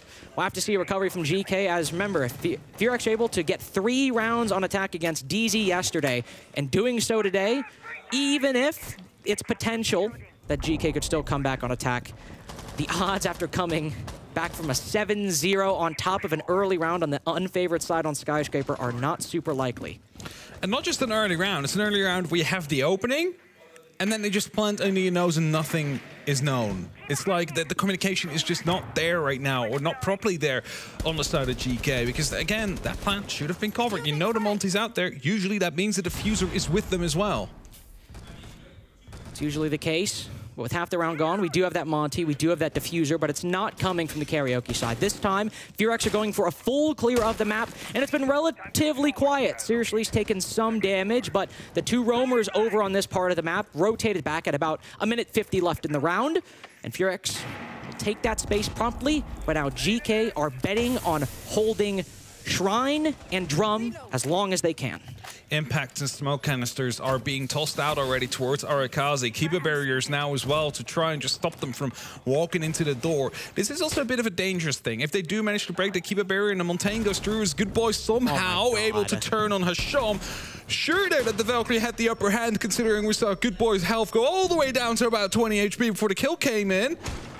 And with that, the opening kill will go towards the side of FearX this round. But seriously has reached the fallback position. He's moved to the main stairs where Good Boy might be able to contest him down below, but they go for the retake instead. Trixt and Key both moving. Oh no, not Trixt, excuse me. He found a kill up above. Key and another player going for the retake down below. It doesn't seem to matter though. FearX still retain the man advantage. Rin able to cut down seriously. They haven't taken control of the bomb site yet, but it's fully on Noodle. He's able to find the headshot on Rin, and Key's rejoined him on the top floor. Caught Mephi looking the wrong way. GK might just get their first round of the series thanks to the two anchors holding Karaoke and T respectively. Demic now wrapping around. Soft wall in front of one of these defenders, but he's running out of time to find two engagements, and he doesn't even find one. GK get their first round of the series on a retry of Karaoke T. The aggression they were able to bring back with the rotations that we saw downstairs, that was crucial, because after they lost that very first, they needed to find a response. They found two. Of course, there was some responses coming out from FearX, but it basically turned it into like a 2v3 in favor of FearX. However, both sides were controlled by a player from GK, and you're making that noise, you're starting to push through. Probably there's some extra information that they are having as well, based on earlier movements, able to basically eliminate a lot of the angles where they would be vulnerable from and only focus on one. Catch one off guard, boom. It's two 1v1s that you're currently dealing with. And they managed to win both of them, and as a result, FearX losing that round. GK able to pick it up. This is what I mean, that I'm sorry, but there should have been a kill. That should have been the entry for GK there. It should have, but it didn't end up happening. But to their credit, as we just seen, there are some weaknesses for FearX. You have Good Boy down below in a very strong position. It's similar to where he got that second kill of the round in round one. But there's not anybody covering him, nobody watching him. He has to, if somebody flanks him from kitchen, rely on just being able to react in time and land enough shots to counter it. And then the flank from the exact same position, just in the mid-round instead of the early game, is what kills him in the end. So there are some gaps that I think if GK become more proactive, if that calling, that communication and planning gets better, I think there are things that FearX can exploit, that being one. There seems to be a level of individualism on FearX right now that could provide openings to the defense if they're able to spot them. Lineup on FearX is looking interesting. We see the Blitz, we see the Amaru. That usually is two operators that are associated with some speed to them, as Hasham misses the opportunity for the entry out there. It's going to be droned out, pushed away as well. He's not going to try and retake that fight with any of those members out there. It's Mephi finding himself underneath. He might be looking to go up the hatch at some point and trying to go for a plan out there as soon as they've opened up the exhibition double wall. If I'm seeing the Blitz and the Amaru combo on this bomb site, just thinking it through, I'm thinking to myself, all right, Blitz maybe is going to hop in that small little window on the top floor. You know, the one, the one that, you know, you jump in and you die half the time because you're basically stuck in like a little box. I'm thinking that one might be the case, or up the stairs. But that Amaru in combo with the Blitz, that Amaru is going up the hatch, especially if Mephi has the diffuser. He wants to fly up that hatch, either plant on it or plant right behind the desk while his team is creating chaos on the top floor. He's just going prone in the tub right now. He's not trying to reveal or telegraph his play at all. I mean, we have Good Boy downstairs as well. He's just going to be hopefully opening up some verticality out there and really starting to cause some trouble, as You see here, the entire double wall's been left soft, so the Otero drones are going to be having a bit of a play out there, starting to open up. You see that the verticality is coming through right now. That's going to be limiting their position and ability to play in the actual site, forcing them back behind the mirror windows, and that's actually the strong point of this hold as it currently stands. So as long as K is allowed to play in his current position, he should be good. But flashbangs are starting to be tossed in, and it seems like Mephi is going in as well. Yep, sends it up with the diffuser. He's got the SMG-11. R6 with the first pick, despite the pistol being his only weapon. But there's two different players who can play retake over by Drum. They're able to get some kills. Demic follows it up with another. So it's a 3v3, but that means Mephi's not able to get the bomb down. It'd be too much of a risk, and it'd put Good Boy and Demic in 2 guns on 3. Instead, he goes for the rotate, moves behind the table. As all the defenders are stationed on the northern side of the bomb site, he instead pushes up and goes for the kill. Finds one, but not the second, as Trickst is good for the trade. Hashom also down below. Means recovering this diffuser will be a very difficult feat for FearX. They've got to go for these kills, and they get the final player on the site. So to counter this Solus, they've got to hop up on the table, go for that plant, and Demic's got to watch as Hashom goes for the retake up house stairs. He's got to watch. There's only one place he can come from in short time, but now is the plant successful? 2 guns back alive, but Good Boy's caught sprinting. A bit of a lapse in judgment, and now it's Demic. The 5.56 just barely spots him. He's got hard pings as well, but there goes the first engagement. Are you good on the second? Are you able to get FearX's second round in the post plant? Hashom trying to bait out the gunfight, trying to bait out the spray. It lands in a rapid fire burst from the SMG-11. Geekay and the Defuse get their second and take the lead for the first time this series. And it was so necessary as well. And I was going to call it out. Hashom playing downstairs is crucial because as soon as that plant goes in, an impact will follow, or some shots will be sent right down range. But instead, he had to go back upstairs. They found one spot where it's safe to plant, and he manages to catch them off guard. Some slight mistakes, lack of information. It didn't seem like they knew that he was still downstairs. And then it seems like they didn't know he was already moving back up. So, of course, it is a solace. It is difficult to set up flank drones that would go unspotted by the operator. It's unfortunate for the side of FearX because they did a lot right, but also left some things to be desired. I think there's also still that level of nervousness and at least inexperience in terms of being in situations like that on the big stage, because you know the Solus is down there, and we know they know because they hopped up on the table to evade that Specchio scanner in the first place. So if you know the Solus could potentially be in master bedroom, where's the most likely place they'd go for the retake? Up house stairs, because their only other option is go up main stairs or back stairs, which are too far away. Yep. So Good Boy, I think their nerves getting the best of him, sprinting instead of maybe staying in the site or peeking house stairs as he rotates across. I think that's something, again, that will take time for FearX to kind of ring out and figure out, but still, it's an opening for GK that allows Hashom to get that first pick in the 1v2 and end up getting their second as they now move to the tertiary bomb site, barbecue and kitchen. Also, that's a bit of leadership, right? Like, you need someone to be telling you, like, they're coming up from the stairs. That's the only way they're going to be able to go for a defuse. Don't worry as much about the verticality out there. It's just unfortunate they didn't know that beforehand. Like, it's very logical that you're having to cover there as Noodle almost went for his bomb peak. I was going to say, you really want to have to cover there for the person that's planting. It would be such a shame if just the tip of the head was sticking out for a vertical angle. You lose out the player because of that. But they needed to instantly transition afterwards towards the staircase. And again, get it. You cannot have a flank drone up there because the Solus would have found it. It happens sometimes, though. Nerves get the best of us, and FearX lose out on what could have been a winnable round, but to be fair, it was a pretty even contest throughout the entirety of that execute, so I think it's as much GK's as it could have been FearX's. Both teams putting up a good effort. Now we'll see how GK fare on the third bomb site. Same for FearX. Hashom. What? Just a couple shots fired over outside of the terrace window, and down goes R6 with those Capital bolts. This is what we know Hashom for, those flashy plays. Maybe it's with utility, or maybe it's with one-taps. We've seen him now one-tap R6 and KZ. A couple different renowned players. Excellent work for Hashom, and now excellent utility work as well, pushing Rin back. This is what we need to see from GK, the confidence, the momentum to solidify their lead even further. So much damage taken as well there by Rin from the smoke canister that just went off. There's Damic in with the Bravo drone though, at the clutch. He's going to try and see if some utility can be hacked. Now, a bulletproof on site, always going to be helpful, especially when you want to get a plan down later on. Now, they do still have that man down, of course, but that is something they can work on, especially as drones are being taken out and some players are being flooded around the site from GK. you see Demic and Mephi going for the 2-on-1. Takedown tricks that moved into Pantry. Now looking to pressure Kitchen even further. They're not going to push in yet, or at least they shouldn't. Maybe they will with those smokes. I was going to say, you have to worry about seriously on that hatch. He goes for the Kiba. He knows he might be planning. He's going for the spray. The impact grenades go out, but it doesn't matter. No, he went down, in the process. The smoke canister landing at exactly the right time. Had those two things not happened simultaneously, we'd be in the post plant.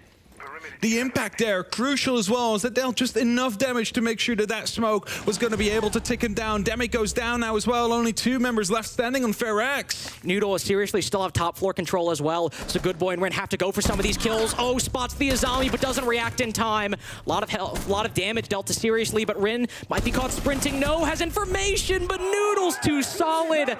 On the drop down into Kitchen, 3-1 now for GK. They are finally brushing off that 7-0 and giving FearX a fight.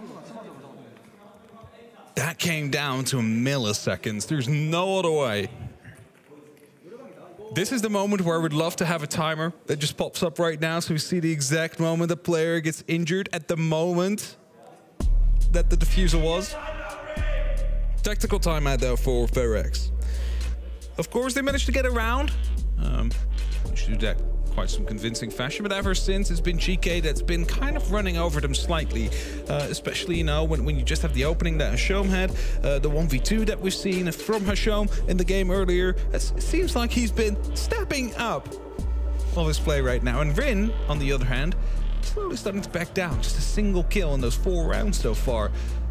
Basically the complete opposite from what we've seen in the previous map. Yeah, Good Boy still remaining the only constant between maps 1 and 2. Of course, you have Mephi stepping up, but then again, pretty much everyone on FearX stepped up on the first map, so not going to give them too much flack yet. We'll see if maybe just a little nerve starting out. And I like this timeout from Dark because even though it might seem weird, we've played 4 rounds, you've only got 2 more on the attack. As Skyscraper tends to be, even before a lot of the sort of defensive-sided changes with frag grenades and tuber out, this often was a map that was won on the attack. If one team could get 2 rounds instead of 1, that would make it a 7-5 on a map that is typically very, very defender-sided. So if you're able to make this a 3-3, you win up 6-0 on your Oregon defenses, and Skyscraper is similarly difficult to attack. Manifest differently, but the difficulty is almost comparable. So getting these next 2 rounds is an imperative if you want to feel comfortable going into the next half. For sure, and even just 1 round would be enough, especially with the current meta that we're in. If you manage to find yourself in a 4-2 split, that's decent for both sides. And then it really comes down to who's playing the better attack or better defense game on the second half. So that's something that probably will be told by them as well. We just need 1, 2 if possible. That's just what we're looking at. We're trying to make the best out of this half of what is currently going on. And we're headed back towards tea and karaoke. And the first time we were here, it was the smoke plant from the Montaigne that came in clutch. Back then, we also lost Rin early on. He was playing around on the gridlock, of course, making sure that there was flank watch. This time around on the Nomad. It's going to be important to not lose out that player early on so you can still try and force yourself onto the side. The Monty's been a constant fixture for FearX on attacking this bomb site. When they wanted to go for a direct, the one that worked, they used it. When they went for the full clear, they also used it. They very much love this. There is Hashom, as we saw a little bit earlier, ratting in a corner, but I'm sure we'll see that a little bit later on, all the way down below, as at the moment, it is Geisha Wall. That is the first bit of action we see. Selma Charge already opening it up. Mephi sending in some Bs very quickly. Is there anybody to follow up on this intel? It does find that backstairs is clear, though, so I'm sure FearX will be happy to find out that bit of info. I think that's going to be it. And Good Boy now hoping and following down underneath. He's going to try and put in some verticality. However, as we mentioned, Hashom is, of course, playing down there. He's waiting for the move to be made. And he's waiting for that skeleton key to start ripping. As soon as that goes on, that's when I'm going to try and start collapsing on him. Noodle as well. He's going to be playing downstairs around reception. So we have the downstairs presence that's necessary to challenge Good Boy. And if they do so successfully, Good Boy's not going to be able to provide the same support he did before. He's not going to be able... Okay, I was just going to say, he just died there, but Hashom able to find him. Not quite sure from what angle that was. Must have been from a quick swing through the door. Yeah, he just popped up, swung, domed the buck, and now Rin is left hunting. Flashbang goes on in. Hashom goes for the spray, but Rin should be able to find this. Yes, he will. An even trade now, but so much time wasted on this roam by Hashom. and there's nobody taking down Key yet. FearX were able to win this last round at the pace that they did, slow as it was, because Key was the first defender to fall. So they immediately walked up backstairs. He's given up the position now, but he can still rotate. Oh, and actually not use any toxic canisters. He's actually used all of them already. I was going to say that he used all of them already to keep the Montaigne at bay, who's now starting to move into a position where they can go for a plan. Seriously, though, will find Demic important, as that is going to be making the opportunity to go for the plan just a little bit less likely. However, Arkazi, of course, has the opportunity to try and get themselves inside. Why would you put himself into a dangerous position against Stralt? And now it seems to be all falling apart for the side of FearX. Again, it's those nerves that are getting the best of them. They see the camera, the instincts hit, they think they need to shoot it, then they expose themselves to all these players playing inside a T. Mephi in the 1v3 only gets one, but 4-1 for Geekay now. They are back and, well, better than ever, at least in terms of this series. A 5-1 half on the defense. If a 4-2 was good, they got a good shot at getting even better. For sure, and I mean, FearX, they were definitely building up something there. They had the ground floor control, and of course, that is not directly the site, but you don't have to worry about any of those explosives to come up. Of course, you're being spotted around by the Black Eye. Sure, that's the thing. And if you want to go for a plant, you're not going to be able to do that sneakily when the camera is watching you. However, the position chosen to try and take that fight with the camera, you're basically putting your entire flank to DMR, like, that was maybe a small mistake. Maybe you should have had someone covering that off instead, or have someone else shoot the camera. And it's another case of a missed drone right there, or maybe a lack of a drone at all. Yeah. It might be tedious work, but we always do have to say, not being able to find those isolated defenders, it happens sometimes. We all make mistakes, but it's still a mistake, and one that cost FearX the opening pick, cost them one of the main players to pressure from below as well. I am going to say, though, there was a Valkyrie camera that was watching Good Boy the entire round. He's been sitting there for a minute 20, and then finally someone decided to go onto the Valkyrie camera and be like, oh, there's some dude sitting there. if that was checked before, Hashom could have gotten that kill in like the first 20 seconds of the round. Hey, I'm not, listen, could have been earlier, yeah, but I'm not going to fault him for didn't still getting the kill. Him too much, right? Because he didn't do anything. He was just sitting there. But Good Boy will get the very first now, though. That's the Azami gone. That's the regenerative ability of the Kiba barriers gone. That's going to be making things a lot easier for the attack. Yeah, the goodest boy for FearX right now, getting one of the only opening picks for FearX this half so far, as it's at least felt like Geekay have been able to stake their claim in the early rounds so consistently. FearX also moving away from the Blitz and Amaru push they tried to go for on the previous office defense, but Good Boy still below. What else could we expect? He loves this position, loves going beneath with the skeleton key. And Noodle anticipates it, opening up these holes, anticipating an entrance from the house door. Trix finds Arukaze, so the dough could be cut down with the run. He even goes for the re-barricading, key prepping a C4. There's two different players out there. We're just waiting for this to go up. Is he going to time it with the Aruni Gate before they reactivate it? He throws the C4 out, or is he going to not use it at all? Could be a lot of kills flying out, but it's shot by Rin. Excellent find by the Yana. FearX stave off potentially a huge loss of life. Yeah, for sure. And of course, it is still that 4-4. You lost Arakaza, you lost the global early on. It's going to be making things a little bit more difficult. Mephi taking some damage as well from the impact that was just tossed out the front door. Good Boy opens up some verticality, though. It's going to be increasing the pressure, but he knows he's about to be pushed. You see the little bit of a read that he has there. He knows that they will be trying to look for him, so he goes for an aggressive peek, but wasn't aware that Noodle was on the staircase down below. And that's the difficult part with the staircase. There's two places they can be on at the same time. You would expect him to be higher up rather than already down, but because of that, they lose Good Boy now. And just dry swinging the staircase. Not a good start to the late round. Hashom with the run out. Mephi, easy pickings for the defense. Rin just hops in. Try to regain the momentum, does spot one, but can't get the kill on Key. On the re-swing, just decides to vault out and is fodder for Hashom's impact grenade. A lot of individual woes in round 6. And a 5-1 half for Geekay. Less dominant than FearX's half, maybe. But with only one round separating FearX's dominant Oregon defenses and Geekay's excellent skyscraper half, I'm not going to nitpick. Geekay are back in the series. They're definitely back in the series. And of course, FearX, they're going over towards the defense now. It is statistically favored. At the start of the day, I believe that the percentages were 59.9% defense-sided, which means that, you know, that has definitely shifted after we just saw these first two house to come through. It's been definitely defense-sided so far, but we do need to see what FearX can bring here. Are they going to be able to make this a close map? on their defense now? Or is this going to be a GK blowout? It might be. You also don't have that tactical timeout going into the next half. Nice little run out from Trix there.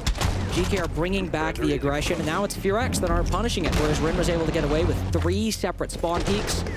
This time GK are just going for run out after run out, opening pick after opening pick, but now they get to the attacking side. As you just mentioned, this is a different beast entirely, and if FearX can replicate another 6-0 defensive half like they did on Oregon, they will close this series out in regulation 7-5 and win 2-0, sending GK home.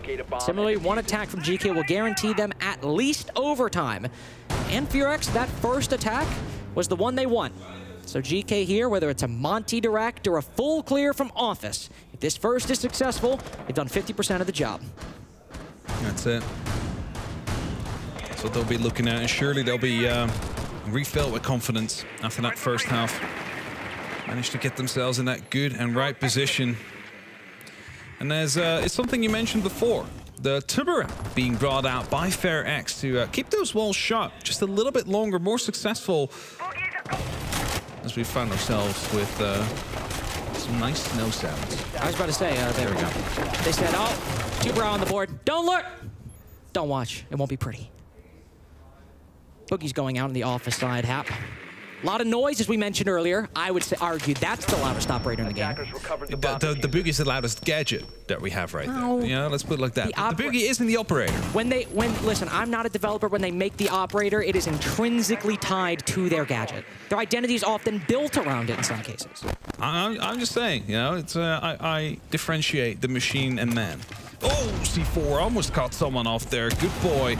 Not able to connect. Pressure coming in from below. Hashom able to find Rin. The opening kill going away from them, and that means that you also lose that. What? How do you win that one out? Good boy. Just slaps him in the face and sends him to an early grave. Half the round gone, 2 kills. 1 for each team. That does mean that Good Boy able to get that very heads-up engagement. He's now able to rotate back over. Reinforcements come out. FearX are bunkering in for the remainder of round 7. They'll hold on to what they have. Geisha, Shrine, Drum. Though, actually, looking at it now, don't really have a lot of pressure in those 2 areas, so GK could easily fill in and start pressuring the bomb site momentarily, assuming, as Key is about to do, they open the Geisha wall. GK actually have pretty much everything they need to not complete and execute, but certainly start it. But here's those Zotos, Hap. The Zotos are coming out, and, you know, they don't really have a way to get rid of those Selmas that have been placed, but there is Mew Gem. Oh, there's actually no Mew Gemmer underneath. They're just starting to open it up, and this seriously will go down now as well. It's the Ram gone, so trying to force themselves in through Drum and hope for the best. There's a shotgun waiting around the corner, though. They've bottlenecked and forced GK's hand, shut off the Geisha wall, forced him into the shotgun, and Good Boy whiffs his opportunity. Arukaze's got to step up, and indeed he does. He takes down Key, so these 2 Drum players are now the only ones left, and then FearX know exactly where they're coming from. They've got intel on Arukaze, though. The Bees strike true. None left for Trix, but they've at least pushed into Geisha in the bomb site. Demic spots one, but the spray goes wide. Is now GK with the advantage. Mephi, they're funneling into his MPX, and now he runs away. He's got to bait out the plant from Noodle, and he knows what to do. 2 seconds too late. On time, FearX take their first defense and deny match point from GK for at least 1 round. I see them happy about it as well. That's delayed. But again, defense is leading. And the very first one, very first attack that FearX played was also quite scrappy. They managed to win it in the end. This time around doesn't go the other way. But this is something, if GK can keep up this pressure that they've just shown, they're bound to win a round eventually, because it got quite close. It basically came down to the last person running away for their lives, waiting for that defuse to be planted. So if the rounds are as pressured as they are, they're bound to win a round. They just need to keep... Well, it sounds silly, but just keep banging your head against the wall and you will be breaking through at some point. Well, yeah, and assuming there's no improvements from FearX on their defenses, which there are some that could be made, GK will find a success eventually, because they'll keep retooling, they'll keep fixing things.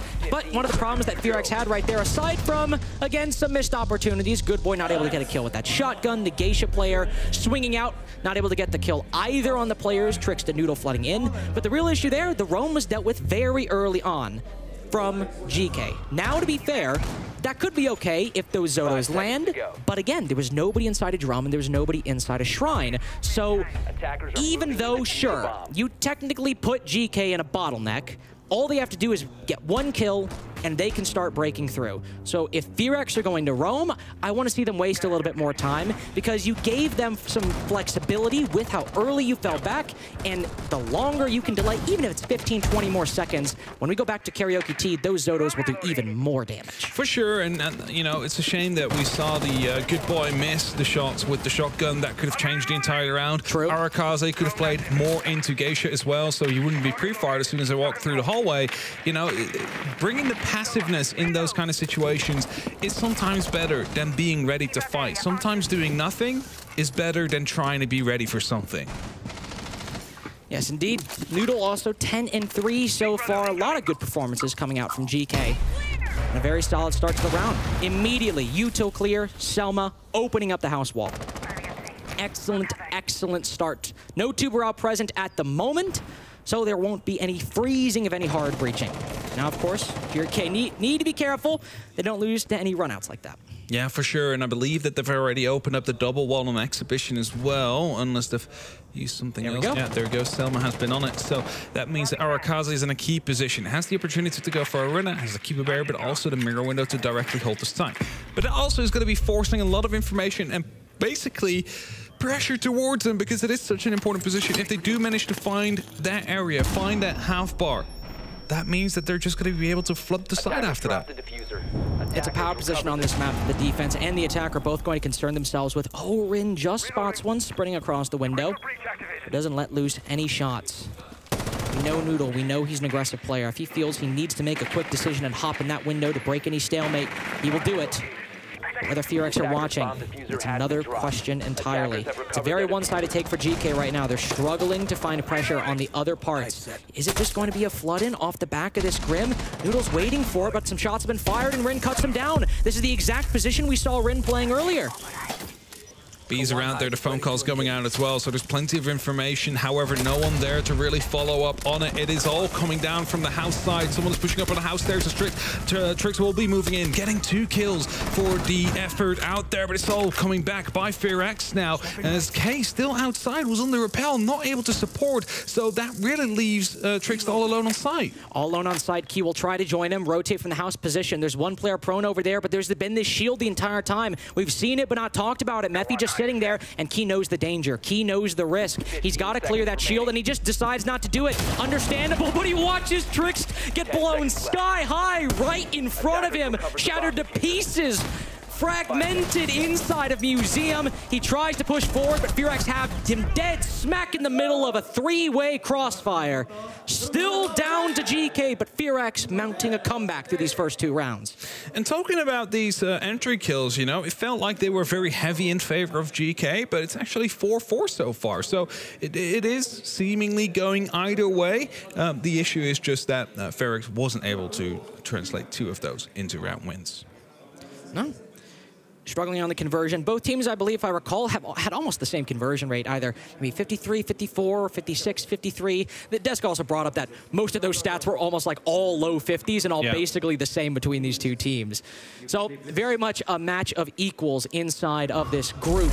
And Skyscraper, the opening picks, now dead even between FearX and Geekay. The execute seemed all right, sure one-sided, but they get those kills that they need. But again, because of all the attack coming from one side, FearX weren't all sitting inside of the bomb sites. They had these players in backwards, or I guess fallback positions, or they were the rear guard. You could use a lot of different words there. But they were all still able to play retake and fire shots into the site, assuming Geekay cleared it out and took it.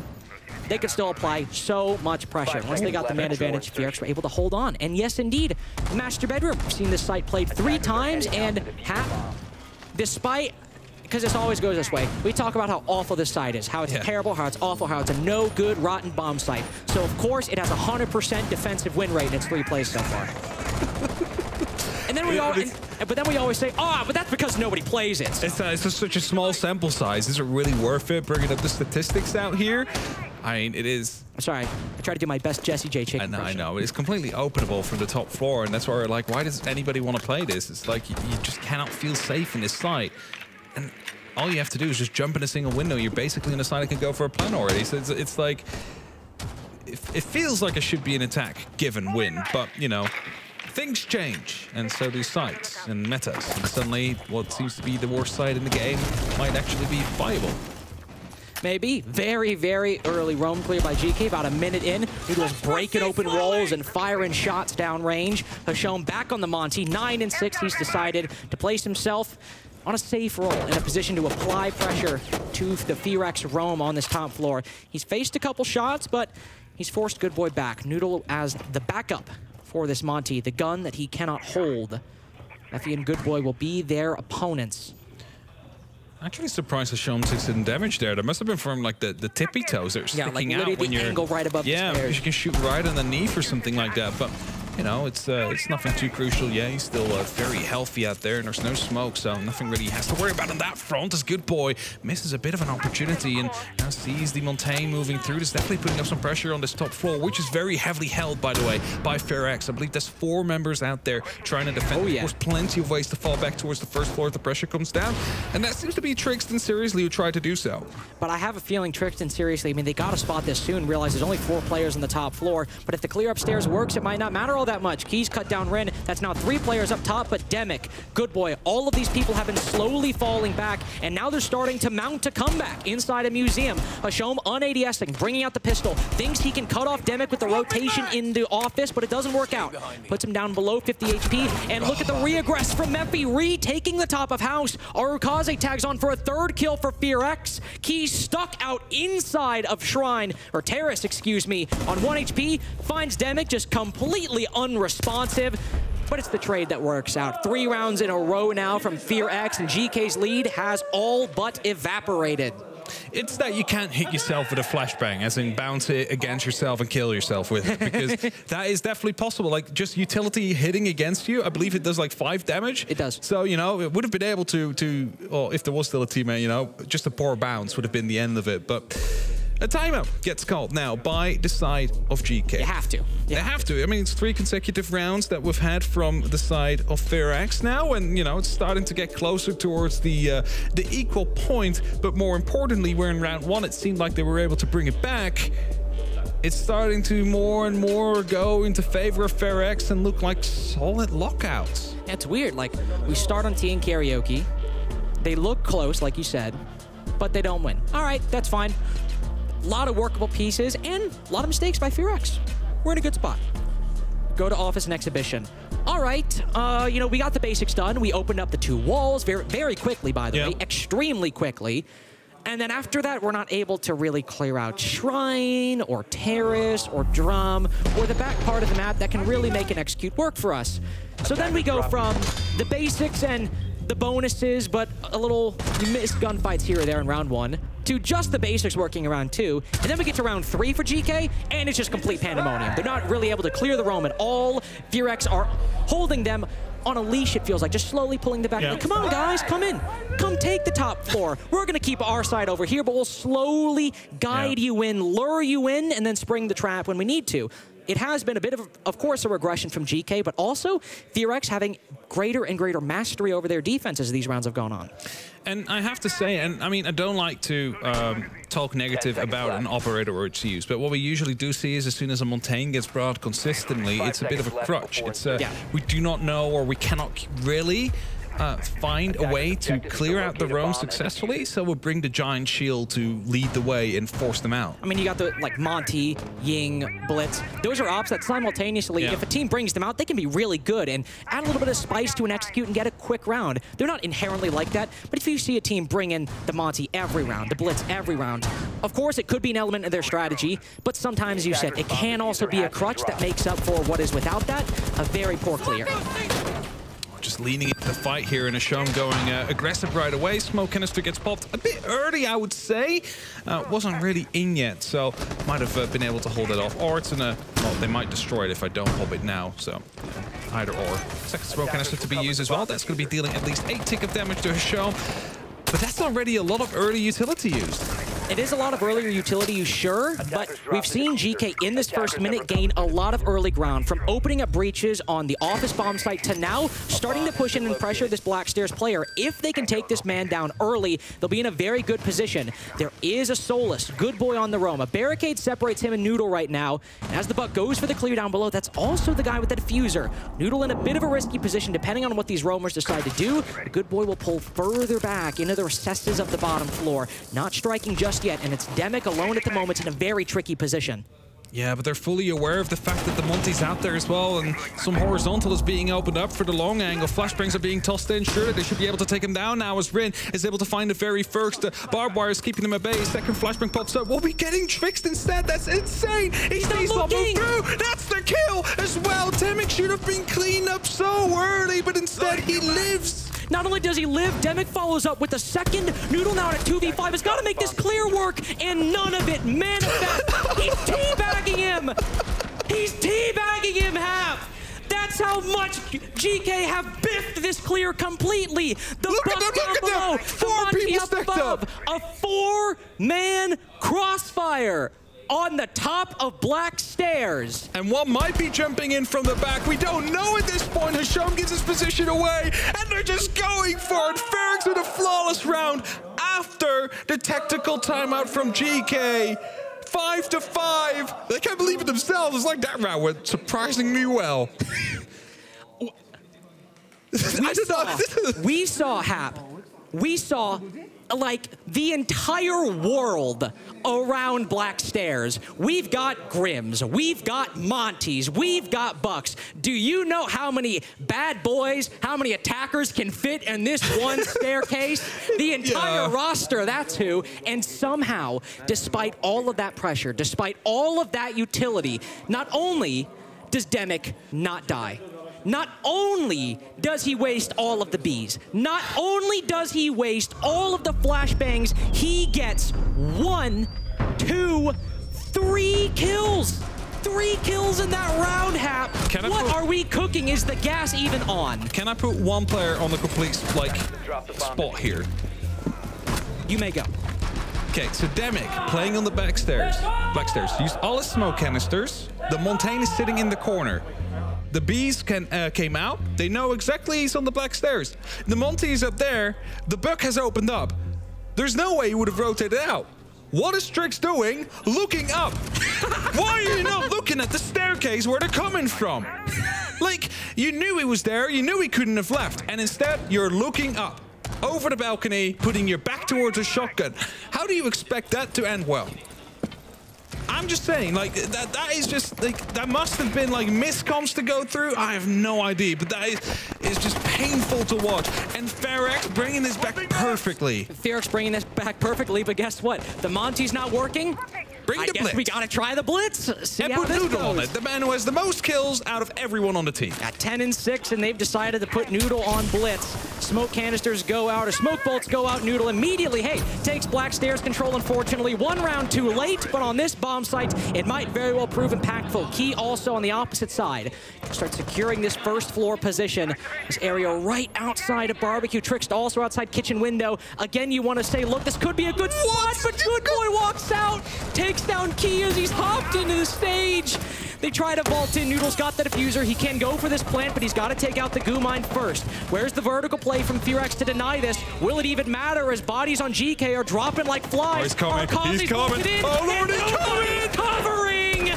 Seriously on the rappel, can do nothing to stop this coverage because of the attack's own smoke grenade, but also too tight of an angle to even deal with the Legion. In all likelihood, match point from FearX, 5 rounds in a row. And GK at risk of bombing out of the Six Invitational. I don't know what to say. I don't know how to break this down. They try to go for a quick peek here. It's only up to Seriously now. He gets one.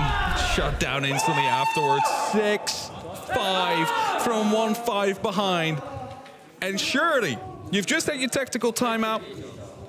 You take a flawless afterwards. This happens now. I don't see them coming back from this. Look at the faces on GK. They know what's going on. I think they feel like their tournament might be over. Nobody's talking. Nobody's talking. Noodle trying to say something, but Key silent, Hashom silent. With 5 rounds in a row, this is more painful than a 7-0 because at least there you can say we got smacked, we got stomped. It is what it is. We can move on. As Fox said, just pretend like the game hasn't even started. But when you're up 5-1 and you give away the lead to 6-5, now 1 round win just gets overtime instead of a map. This is an infinitely more painful loss, an infinitely more painful lead erased. And that's what Geekay have to solve in round without attack timeout to stem the bleeding. This is tough. Usual lineup being brought out here from Geekay. No shield this time, all on the guns. Twitch, Grim, Ace, Dokkaebi, Buck, soft breach potential there, hard breach there as well. Gadget denial, zone denial, and a global. So it's like you have one of everything that you really would need. But what they do need is to work together, to have someone step up right now and take the lead in their team and call out what they need to do. They need to work together. They need to talk together because Rin is going to be eyeing up to go for a run out. If they manage to get the very first kill, game's over. Game is over indeed. Currently a scoreline I don't think any of us expected out of FearX. Not at all at the beginning of this tournament going into the 6 Invitational. Sure, maybe a victory, a close one, but a 2-0. Who knows how they'll fare going forward. This will be their second win, their first win in the best of 3. Trix gets an early entry onto the first floor. Moving to take control of the Black Stairs side. There's an office and exhibition defense for FearX at the moment. So the only roamers are pushed a bit forward inside a shrine, inside a drum, but they've got to give this up quickly, rotate back a little afterwards. Maybe Matthew will hold on with that mirror window, but even then, look, starting to fall back to the backward position. Yeah, realizing the pressure is coming up from the Black Stairs, don't really want to be taking that fight considering the mirror window doesn't cover that off properly. But instead, it is a minute wasted, and still, you know, they have to fight themselves through it. They have to drone every single nook and cranny of the map because they cannot afford a mistake right now on the side of Geekay. And that's going to be taking time. And they have a shield, and you have the dragon statue. Both are annoying to work with as Damek takes down K. You know what that is? That's a hard breach. Has he used any Selmas? Doesn't seem to be the case. So what is it going to come down to, Carter? 2 doorways that they can push over. Skyscraper's a punishing map when you just have to flood in through this part, but without even the breaches they had on that previous office defense, what are they to do? We can see some rotations, Noodle trying to rotate, but FearX have barely even moved, Hap. They don't need to. 60 seconds counting down, 60 seconds before Geekay are out of the tournament, and FearX will take their spot in the playoffs. Flashbangs will come through. The phone call of the Logic Bomb will be made as well. That gives them a bit of information, a bit of an opportunity to push behind it. But there is still keeper barriers everywhere. They still need to open that up before they can even reach the side itself. And that means none of these fights are going to be made. 35 seconds, and it is a 5v4, Carter. 5v4, Trix has a close angle. They know they can pressure this house stairs. All right, that's 1 kill down. Not confirmed, but 1 player out of the action and can very well not be picked up by FearX. But Damek with his second, Arukaze the third. 5-1 for FearX, all on seriously. From spreading their wings in Atlanta, Geekay have flown too close to the Sao Paulo sun, and the Darlings of MENA are your first team eliminated from the 6 Invitational 2024. And FearX, everybody doubted them. Everybody expected them to be the team to be knocked out of the tournament here. But they live. They go on to playoffs. They have a day to recuperate themselves and go on afterwards. Now, it will not be an upper bracket spot. They do not have the extra life. But at least they continue. At least they take the victory and show that they are better than Geekay. And, I mean, for Geekay. I mean, for FearX, first of all, this is proof that we can do it, that this system can work. Sure, we need to prove ourselves against teams like G2, like DZ, and maybe we'll still lose. Maybe we're still not that team yet. But this is proof, more so than Atlanta, than Copenhagen, that they can do it, that they have something workable, that even if it isn't perfect, even if it needs improvements, it's something, and that's what matters. But for Geekay, the first MENA team to make main stage in all of Rainbow Six at a major, the quarterfinals, they took maps off W7M, brought close scores against G2. They played world beaters at Atlanta and didn't drop a map until they were already deep into the Swiss. And then, after that performance, they're our first team to go home. Our first team eliminated. My heart goes out to them. The heights they've reached, but not today. Of course it does. And, you know, you might have been able to take maps home from those big teams, but you need to get the victories in the end. And this was the game they needed to win. But we are going to be tossing it over towards the desk as that concludes our game. That does conclude our game indeed. And it's FearX who are coming out on top and with that secure maximum points when it comes to moving into the next stage of the tournament. Congratulations on your win. You guys needed this win so much. Was there a lot of pressure coming into this game on you as a coach and on the team? Yeah, I think not. I think that a point we focus like in the opposite. I think the other teams have to be pressure because for them it's very bad lose for Korea, right? And we use that first. Because Korea now is not the best phase, so we use that first, right? To be more strong, and the other team have fear. All right, how did you prepare for such an important game? I think that game was the game we most prepared. Last night, everyone goes sleep very late, and we focus a lot. I think there again, Geekay is a team who repeats many strats, so we use that first, right? All right, and now that you've kind of can take a breather, you've confirmed that you're going on to that next stage. You have a day off tomorrow. Anything that you're going to be doing? Screen. Of course, it's screen Okay. and prepare it for the next games. I think we can be better because the other games, like yesterday, we play the same map with Dark Zero and was very close to win. And I think we have to improve some details to be better in the match.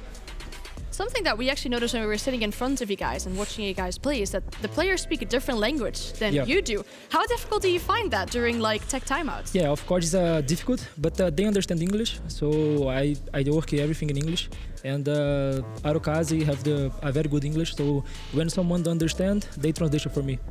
And also with you being a coach from a different region and they're playing in Korea, we have seen glimpses of your influence as a coach on their team and their play style. How was that process like? In the beginning it was very slow because I think about these threats, all the Korean scene is very behind other regions.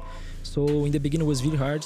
But one thing very good for us, we do 3 weeks for bootcamp here in Brazil. Wow, okay. Yeah, so we screen with the better teams of the world. And it's time just to show this in match because in screen was very good for us with all the teams here. Yeah, thank you so much for the interview. We appreciate it. And congratulations on your win, a very deserved and convincing one. Once again, thank you. And for those at home, if you're wondering exactly how this one went, well, it was a 2-0, and that first one was a 7-0, and then this one, for a second, I thought we were going to that third map. I thought Geekay was going to be able to bring it back, but unfortunately, that was not the case. No, they still had a pretty decent start. I mean, of course, it started off a bit like close still. It was a 1-1 at one point, and then you saw the clutch coming out from Asham in that 1v2, the post plant. I feel like that relieved a lot of stress from them. It's like the confidence almost came back in that regard. It seemed like they were getting better with the reflex as well. There was more team play on the side of Geekay in that first half, but then on their own attacks, I felt like sometimes it was just too one-sided. They were only pushing one side of the map. They had these really slow takes, and all FearX had to do was just make sure they played passively, don't make any mistakes, don't get overzealous, and they were doing that perfectly, especially on their own defensive half. The utility once again coming in clutch. They keep on using that Azami, whereas it feels like Geekay don't bring out the right utility, or they don't use the utility well enough to make sure that they can deal with it, and that allows FearX to play in these very strong power positions. Completely agree. The confidence from Geekay, especially in the first half, was very apparent. Everyone was playing very well. There were some nice shots from Hasham. But more specifically, I think FearX maybe didn't really adapt too heavily on their attacks. They were going for a lot of direct executes, minimal clear, going for these fast plants, fast aggressive, get it down, play the post plant positions. Those post plants weren't going in their favor, and they ended up switching it up. And then once they swapped onto the other side, the confidence from Geekay was just a lot of individual, again, performances. That's what they were trying to get to carry them through the rest of the match. And FearX handled that very well by just stalling them out and forcing them to go for those executes, which they weren't. There was a lot of individual plays, and every single time a player from Geekay would jump into the map, there would be 2 players from FearX just waiting for him on opposite sides of the window or the door, and they would just get a nice little isolation. You're seeing a lot of improvement, I guess, on the side of FearX. So definitely noticing that we're, of course, commenting on it as well. There's a few things like like you mentioned, that they probably should still improve on. But, you know, putting things into broader perspective, to think about it, the last time that FearX, or their former team name Sandbox, made it out of a groups at an international event was in Sweden in 2021. So it's been almost 2.5 years. Oh, we're so bad. Let's go. We're It's been so almost 2.5 years since they managed to make it out of a group at an international event. So a very significant performance from them, and they should very much be happy with that. Yeah, and we also have the intel play of the game because, as we said, every single one on these teams were popping off today. But there you go. This 1v3 was so phenomenal. I mean, coming through the basement, being able to pick up a player on the back, and then just playing on the stairs, playing that little bit of a head glitch position. Once he was put into the 1v1, I mean, Trixwood was so low and in such a tough position. The whole time, his teammate was just down in kitchen the whole time. So he was giving him sound cues, information on where everybody was. Yep. And when he's on a head glitch position, it's a lot easier in your position because it's just so small to, I guess, fight against. So he was in a prime position to clutch that. One thing, though, that we touched upon and that we've heard from the coach is that the communication is not necessarily an issue because he speaks English, the players understand English. But I think something that we've noticed a little bit when it comes to the communication from the Geekay side is like the complete opposite. We've seen players fall into the trap of getting that IGL just cut out a little by falling into their native language, which unfortunately for Noodle, he does not speak Arabic. No, and I think even it goes back to that play that we just saw, right? The intel play of the game, whereas it's the tertiary bomb set at that point. If you're attacking, you ideally are banking on at least winning that. So especially with a map like Oregon, you can still get some rounds on the board on attack. But the way it seemed so dislodged and they didn't actually get that round, that must have been a mental break. I feel like that was a really big turning point in that very first map where the mental just started to slowly deteriorate. Yeah. Yeah, we saw that a lot in the first map. The players were actually speaking Arabic behind us, and as the entry and the IGL, how are you meant to completely communicate to your team, to understand what's going on, what are the problems, what do we have to associate when you can't speak the language? Nope. It do be like that sometimes. We also have the schedule ready in terms of what else is coming up because FearX winning that one means that we're still going to be into that Group A focus, but this time around, it will be Dark Zero against G2 Esports. On the B stream, however, FaZe Clan and Wolves are still battling it out for that second map, so that's something you want to tune in as well. And as you can see, there is 8 BO3s happening today, and it's the last day of group, so trust me, you want to watch every single one of them. I don't know how you're going to do that, but Just have 2 monitors. I hope at least. Wow, you can't just assume that everybody has 2 monitors. Like, No, but I mean, if you have them, ideally you'd want to put both games on each monitor, and you just and then like one eye for one monitor and the other eye for the other monitor. It's like, yeah, that's not gonna help. But thank you guys so much for tuning in. We're gonna take a little bit of a break, and then we'll be back with the second matchup of today: Dark Zero against G2 in Group A.